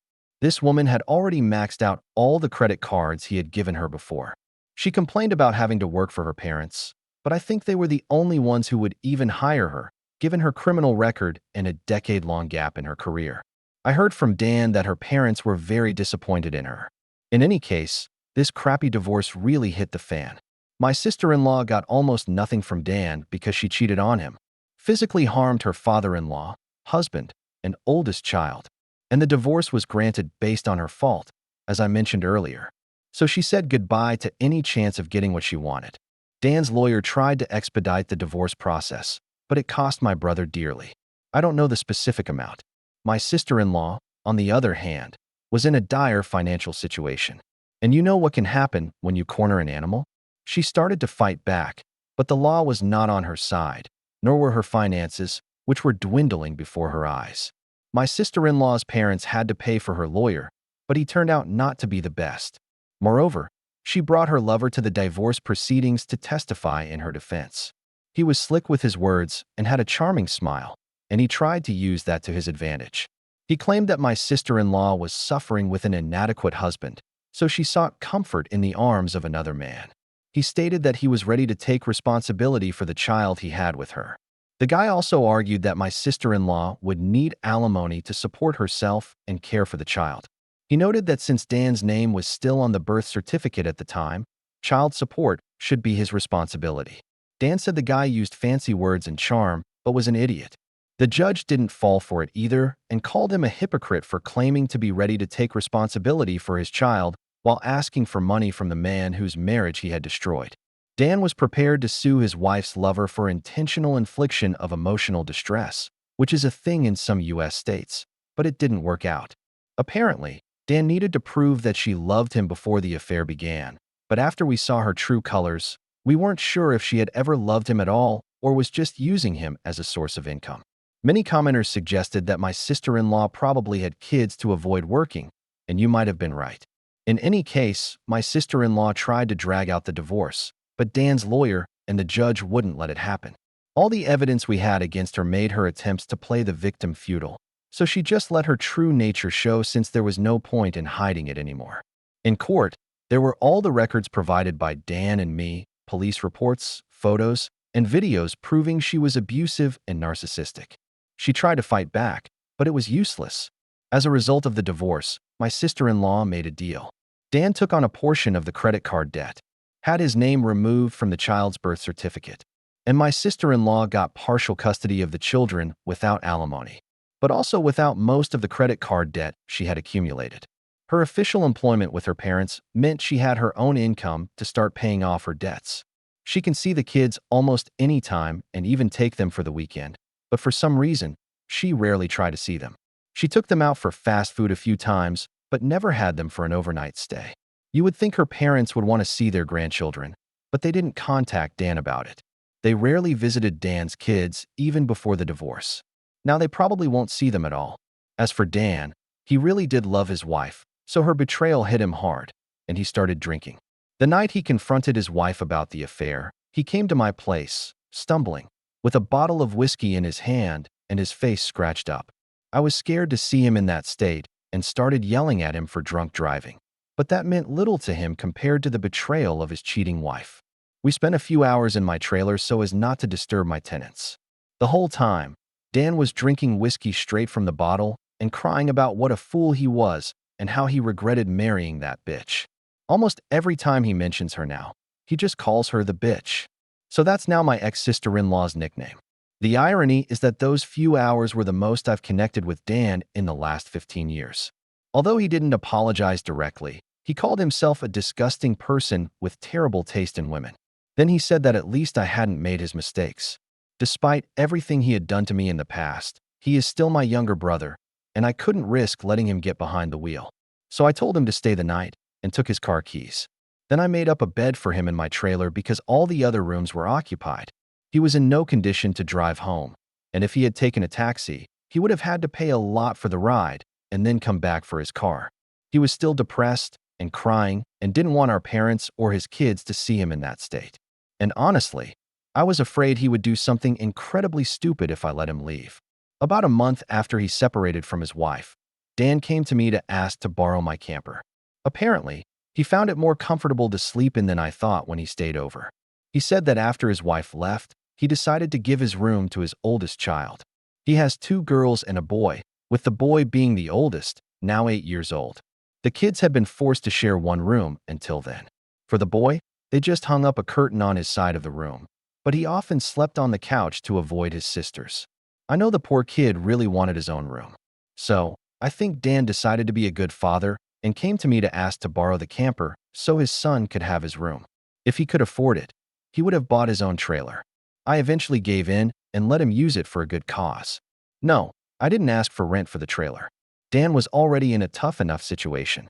His ex-wife and the divorce took a huge toll on his finances, and I realized that I've been making progress in my relationship with my family lately by not being malicious. I brought my camper over myself and set it up in my parents' backyard. My father installed a 30-amp automatic circuit breaker so Dan would have enough power for heating and air conditioning. I miss my camper. After so many years of living in it, it feels like a part of me. But the only reason I lent it out was for Dan's kids. Pretty much the only reason I still do anything for my parents or Dan is for those kids, because I've grown attached to them. And yes, I know I might not get the trailer back anytime soon, and most likely not in the condition I gave it in. But I warned Dan and my parents that they would be financially responsible for any damage they caused to the camper, as well as for its maintenance while they use it. I also took many photos and videos of the camper, inside and out, before giving it to them. Dan even recorded a video with me where he agreed to my terms. So we have something like a contract. Due to the expenses from the divorce, Dan probably won't be able to get his own place for a few years. Though he doesn't seem to complain about living in the camper, I don't know if he actually likes this lifestyle or is just pretending. I, on the other hand, received a lot of gratitude from all my relatives for letting my brother use the camper.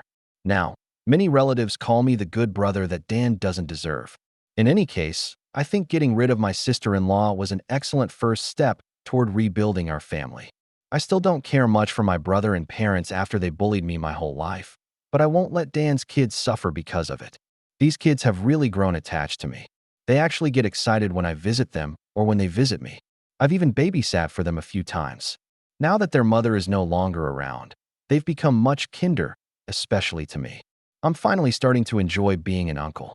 My father often looks very down in my presence, but otherwise, he's either quiet or just acts normal towards me. He doesn't talk to me much, though our relationship is much better than it used to be. I'm not letting my guard down.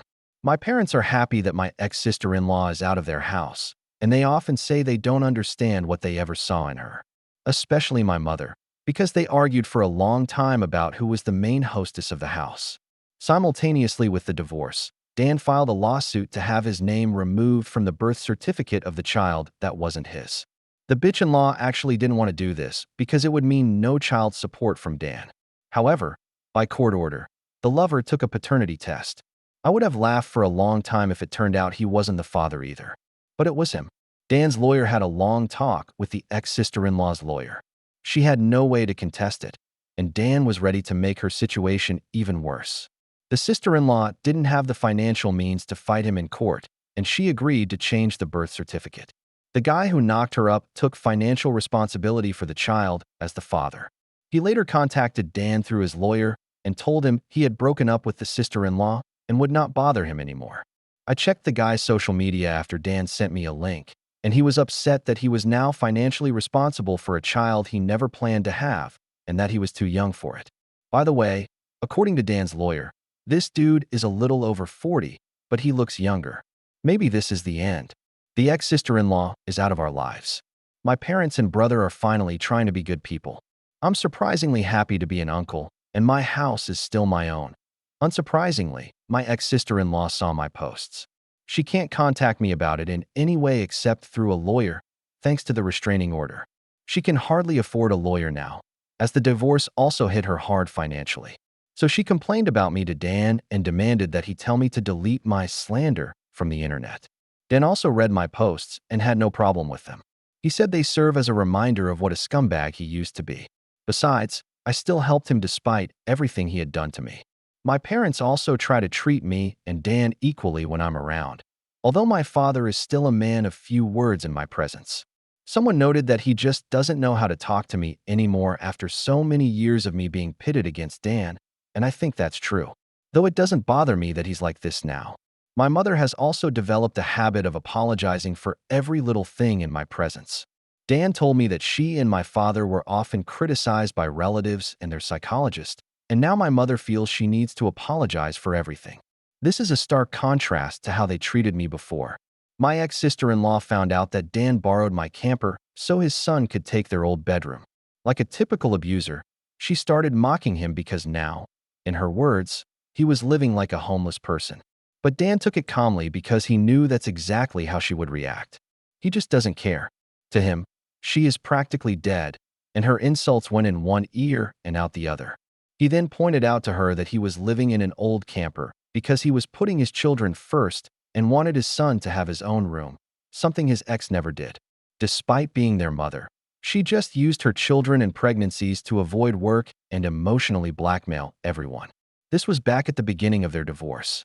Dan said his ex threw a huge fit over my latest posts, but no one bothered to contact me on her behalf to try to get them taken down. So she'll just have to live with the well-deserved shame. She's been trying to act better around Dan lately. Apparently, living with her parents isn't that much fun. Dan tolerates her when she visits them, as she is the mother of his children, but nothing more. He will never take her back. He told me he could never look at her the same way again, and the very thought of her disgusts him. So, the ex-sister-in-law has virtually no chance of reconciliation. This happened late at night or early in the morning on November 1st. I suspect it was my ex-sister-in-law, but the person caught on my cameras was wearing several layers of thick clothing, large glasses covering their eyes, and the lower half of their face was wrapped in a scarf. It was impossible to even tell if it was a man or a woman. This person also came on foot, so no car could be identified. They were about the same height as my ex-sister-in-law, but that's not enough to be considered evidence. If it was her, she knew about my cameras, so covering her face and body for some petty egg-based revenge was probably the smartest thing she's done in years. A great way to finally put her college degree to use. The person with the egg showed up around 3 a.m. I was fast asleep and heard nothing. They quickly pelted my truck with a dozen eggs. At least they didn't try to cause serious damage and disappeared quickly after throwing the last egg. I didn't notice anything until I left for work in the morning. During my lunch break, I took the truck to a local car wash. Most of the egg came off. Eggs are really bad for paint, but my truck is from the 90s, and it doesn't look new anymore. I took pictures of the truck and filed a police report, attaching the camera footage as evidence, but so far nothing has come of it. There was no real damage done, other than my annoyance and the $15 spent at the car wash. If it was my ex-sister-in-law, she was smart enough to only throw eggs and not scratch the paint or slash the tires. I don't think anything will come of the police report, as the cops seem to dismiss it as a prank by some kids. I understand they are probably overwhelmed with real work, but I at least filed a report in case of future incidents. I waited a while to write this post because I thought something else might happen, but no, all is quiet. I would appreciate any good advice on this matter in case something similar happens again. What do you think of this whole story? Be sure to write in the comments whether you think the author went too far with his revenge. Maybe he's too sensitive about everything that's happening to him? Or maybe his revenge wasn't strong enough. I'm waiting for your opinion. Update 1 asterisk. I'll start by saying that after a long absence, I returned to find 500 inbox messages and 130 unread DMs. Please, don't DM me anymore. I simply can't answer all of them. If you wrote to me and I ignored it, I'm sorry. I decided to take a break for at least a year, as my posts were clearly not boosting family morale. So I didn't log into the account for a long time. But recently, my brother Dan saw a video that was surprisingly similar to my story. The only difference was that the author had a twin sister instead of a sister-in-law. But the plot was painfully familiar, narcissistic. Entitled parents who treated the guy like dirt his whole life, making him homeless. A golden child brother or sister, secret favoritism carefully hidden from other relatives. A sister in her early 20s with 3 kids and a 4th on the way. Her oldest son attacks the story's author, and most importantly, the attempt to take the author's house. There were so many similarities that even some phrases were copied exactly. My parents and brother were furious, and it was unpleasant for me to see that video too. We were all working hard to leave past problems behind and forget what my ex-sister-in-law put us through. Can you imagine how much effort it took for me to let go of old grudges? But in a year, my parents and Dan have made far more positive steps than in my entire previous life. I love my nephews and nieces like crazy. So, to the author of that video, congratulations. Now my whole family needs therapy again. And yes, my family knows I'm writing this post. Okay, that's settled. Now, hopefully, this will be my last update. Now to what's in the title. Some people didn't believe Dan would keep his word, but he did. He returned my camper a few months ago in excellent condition. Dan took good care of it and cleaned it thoroughly before giving it back. He and my father even resealed the roof while they had it. Inside, the camper looks just as good as when I lived in it myself. And now it has a pleasant pine scent. While Dan was living in my camper, there was a bit of drama with a neighbor. She started yelling over the fence about the camper and threatening to call the police. My brother and father responded rudely at first, but then explained that Dan was living in the camper so his son could have his bedroom. The neighbor was still unhappy but stopped making threats. Later, my father spoke with her husband, who was furious about her behavior. He apologized for his wife and said Dan was doing the right thing by giving his room to his son. The neighbor's husband also congratulated Dan on finally kicking out his ex-sister-in-law, adding that he was always afraid to say it before, but she was truly a disgusting woman. We all completely agree with that now. So, the neighbors are no longer a problem. Dan and our father were able to save up some money and bought a slightly larger camper, which they parked in our parents' backyard. They even needed my pickup truck to move it, but we managed. Basically, it's the best Dan can afford right now until he pays off the debts his ex-wife racked up. And even after that, he still has to think about his children's future. He might be living in that camper for the next 10 years, but it's definitely better than being married to his ex. She certainly isn't going to be saving for the kids' college, unless it's for the child from her affair. I admit, Dan's camper is nicer than mine. It's newer, bigger, and has a separate bathroom, which mine doesn't. Pravda, Dan hardly uses his bathroom. It's turned into a storage closet because the toilet and shower are very cramped. If he needs to go, he just goes into the house. Dan and I even joked that I was jealous of his more luxurious shack. We bantered like true sarcastic gentlemen. He's equipped his camper with amenities like a flat-screen TV with streaming services and video games. Dan says he now feels like he has his own home, even though it's parked in his parents' yard, and he's much happier since the divorce. Dan told me he'll buy his own pickup truck one day to move the camper himself. But for now, for the sake of the children, he can't afford it and sticks with the minivan. So his camper stays put, and mine is back in my yard, right where it belongs. That it's not just sitting idle, though. I temporarily rented it to a cousin who moved to the area for work. He only lived there for about a month before finding his own apartment. The rest of the time, the camper is used as a guest house. Relatives stay in it when they visit to save money on a motel. My nephew has slept there a few times just for fun. His sisters weren't as interested.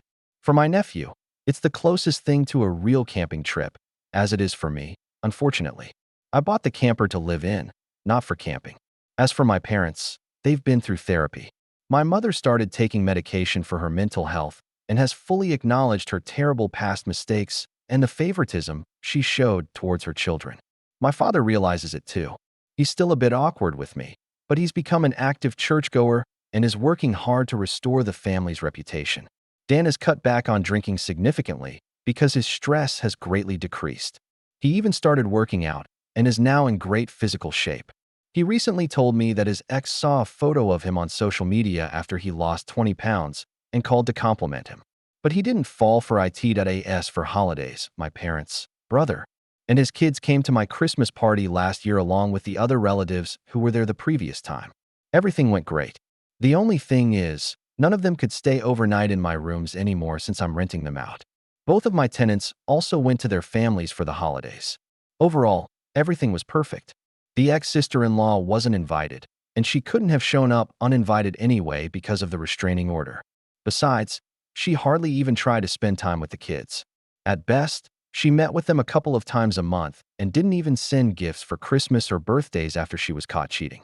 The kids were upset at first, but now they've just stopped paying attention to it. The ex-sister-in-law apparently decided to start living like a single girl again, despite having a baby at home.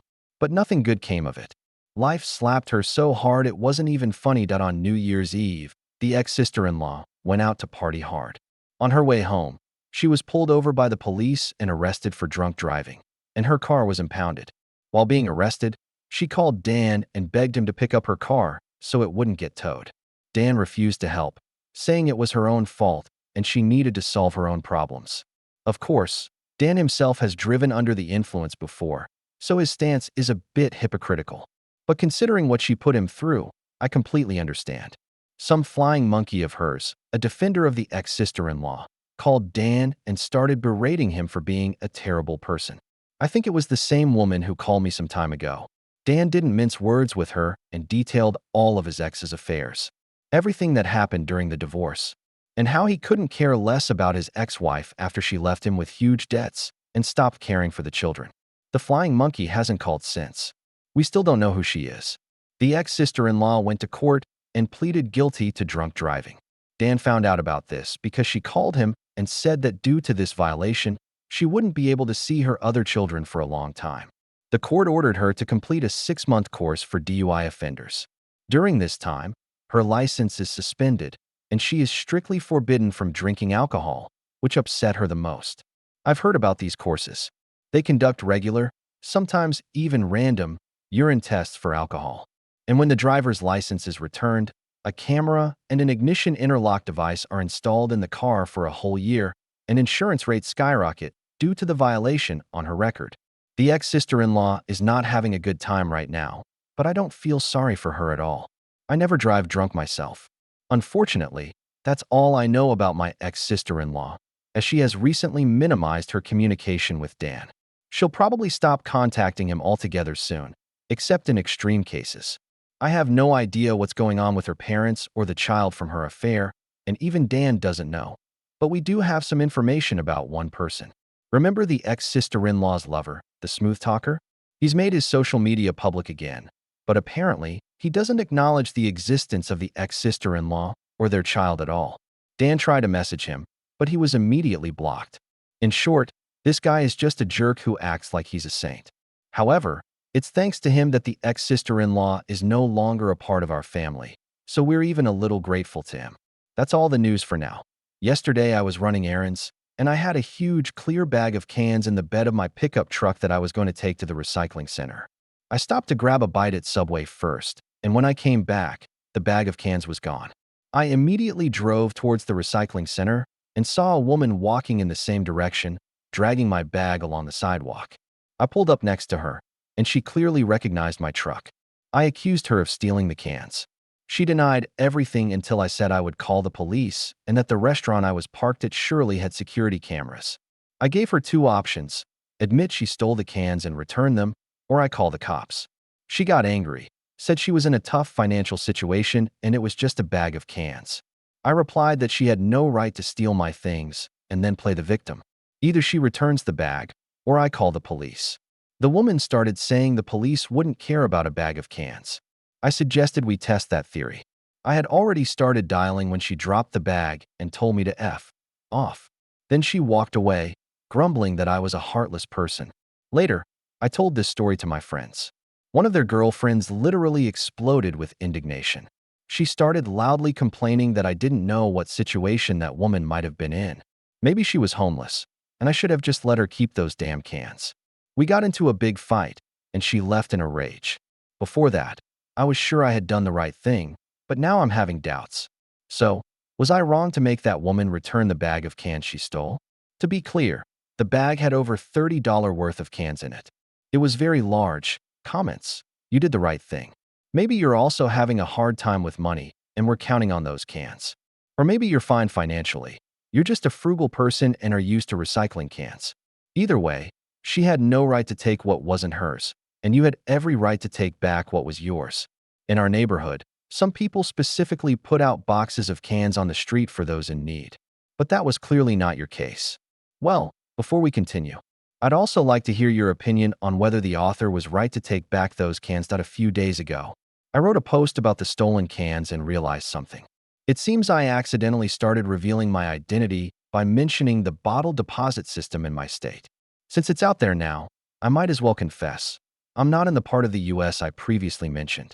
I named a different region to avoid risks and not give any clues that could identify where I live and who I am. That's probably the only thing I lied about. But now that I'm no longer writing about Dan, my ex-sister-in-law, or my parents, there's not much to hide anymore. By the way, Dan and my nephews are doing great now. Dan is still living in the camper in our parents' yard, as he gave his room to his son. He still dreams of buying his own pickup truck to go on trips. But family comes first. He's still recovering from the financial ruin caused by his ex-wife's extravagance and is saving for his children's education at the same time. So buying a truck is not a priority for now. My parents are doing okay. My mom has become much more emotionally stable when talking to me. She went through a rough patch where she would panic over any little thing and constantly apologize to everyone. Any story similar to ours would send her back to her therapist, but now she's made significant progress in her treatment. My dad doesn't have much fun with me, but we talk normally and have even had a few drinks together. Although we've never developed a full father-son relationship because he favored Dan his whole life. But he's genuinely trying to be better, and I appreciate his efforts. My parents can't change the past, so they're just working hard to change the present. For my ex-sister-in-law. She has practically stopped communicating with her 3 children from Dan and has repeatedly said she plans to terminate her parental rights completely, although she hasn't done so yet. Despite hardly showing up, she was caught drunk driving a year ago. She was forced to attend a DUI course and maintain absolute sobriety for 6 months. It was a real ordeal for her. We all thought she would relapse, but she held on. Apparently, she was afraid of the consequences of violating a court order. Now she's driving again, but she had to install an ignition interlock device, and now she can't have a single drop of alcohol, or the car just won't start. For a while, she tried to flirt with Dan, but he didn't give in, so she moved on to another man, whom she is probably already fully exploiting. In a way, this is good news for us, though I genuinely feel sorry for anyone she manages to charm. None of us doubt she's capable of getting pregnant just to tie a man down. We're glad she's no longer in our lives. It's tough on the nephews, of course, that they've effectively lost their mother, who turned out to be a selfish spendthrift and an unfaithful wife. But it's already happened. I'm almost sure she's the one who egged my truck a year and a half ago on Halloween, although it hasn't happened since. Last week, I had a huge bag of cans in the bed of my truck that I was going to recycle. While I was having lunch, some woman stole them from my truck. The recycling center was nearby, so I drove in that direction and saw her on the street with my bag. I pulled over and accused her of theft. She denied everything until I threatened to call the police and mentioned that the restaurant where I ate most likely had security cameras. She started complaining that she was short on money, but I didn't care. In the end, she dropped the bag and swore at me while I was dialing the police. Later, I told this story to my friends, and only one person was extremely unhappy about it. My best friend's girlfriend, now ex. I was worried that this incident had ruined their relationship, but it turned out a breakup had been brewing for a long time. When I argued with her, she started yelling that the woman might have been homeless and I was wrong to make her return the cans. Then she declared that I'm a jerk who can't be kind to people because I was treated badly in the past. Then she started mocking me sarcastically, put on her boyfriend's baseball cap, and began parodying me in the most unpleasant way. No one was laughing, especially her now ex-boyfriend. He snatched the cap off her head and said she had crossed the line. She screamed back that I was the one who crossed the line when I took the cans from a woman who might have needed them and stormed out of the bar. When I got home, I had a few more drinks and felt bad about the situation. I slept poorly. The stress worsened my insomnia, so I wrote a post to figure out who was right. The majority, about 90%, supported me, saying I wasn't at fault. Soon, my friends who know about my forum account started texting and calling me. I stopped replying to comments. The situation started to escalate rapidly. My friend and his now ex-girlfriend had a big fight over the phone during his lunch break and broke up for good that evening at his place. She sent me another message, called me an asshole, and said I ruined everything. I didn't reply and just blocked the number. I hadn't given her my number before, so it's unclear where she got it, though it wouldn't have been hard to do. She could have copied it from my friend's phone or asked one of our other acquaintances. I felt terrible that I was the cause of their breakup. But then my friend came over with beer and told me they had only been dating for 5 or 6 months. She was constantly nagging him, squeezing money out of him for all sorts of nonsense, and constantly taking alcohol from his fridge to her place without asking. She demanded that he always pay for her at cafes and restaurants from the very first date and was constantly on her phone, which really annoyed him. Even during dates, she wouldn't let go of her phone. That's exactly how their Valentine's Day date went. That's when he finally realized he wanted to break up with her because he felt like he was dating a spoiled teenager. He also mentioned that she had been quite rough with him lately. He didn't explain what he meant by rough, and I didn't press him. In any case, he used the situation to finally end the relationship. He said she threw a tantrum, screamed, cried, swore, and tried to twist everything to make it seem like he was making it all up. But he didn't give in and told her they were over. She packed her things and left. As she was leaving, she tried to take some things that didn't belong to her, like his pod coffee maker. He loves coffee and uses it all the time. She claimed he got her hooked on good coffee, so he should give her the coffee machine, and he could just buy himself a new one. At that point, he started recording her on his phone and told her to leave before he called the police. According to him, he never figured out if she really wanted the coffee maker for the coffee or just to spite him. Personally, I drink coffee from a regular cheap coffee maker because the guys living with me also drink coffee every morning. I used to drink instant coffee. Returning to my home, I still rent out rooms to 2 guys to make it easier to pay the mortgage. You could say they're real bros. They also joined us when we started drinking beer.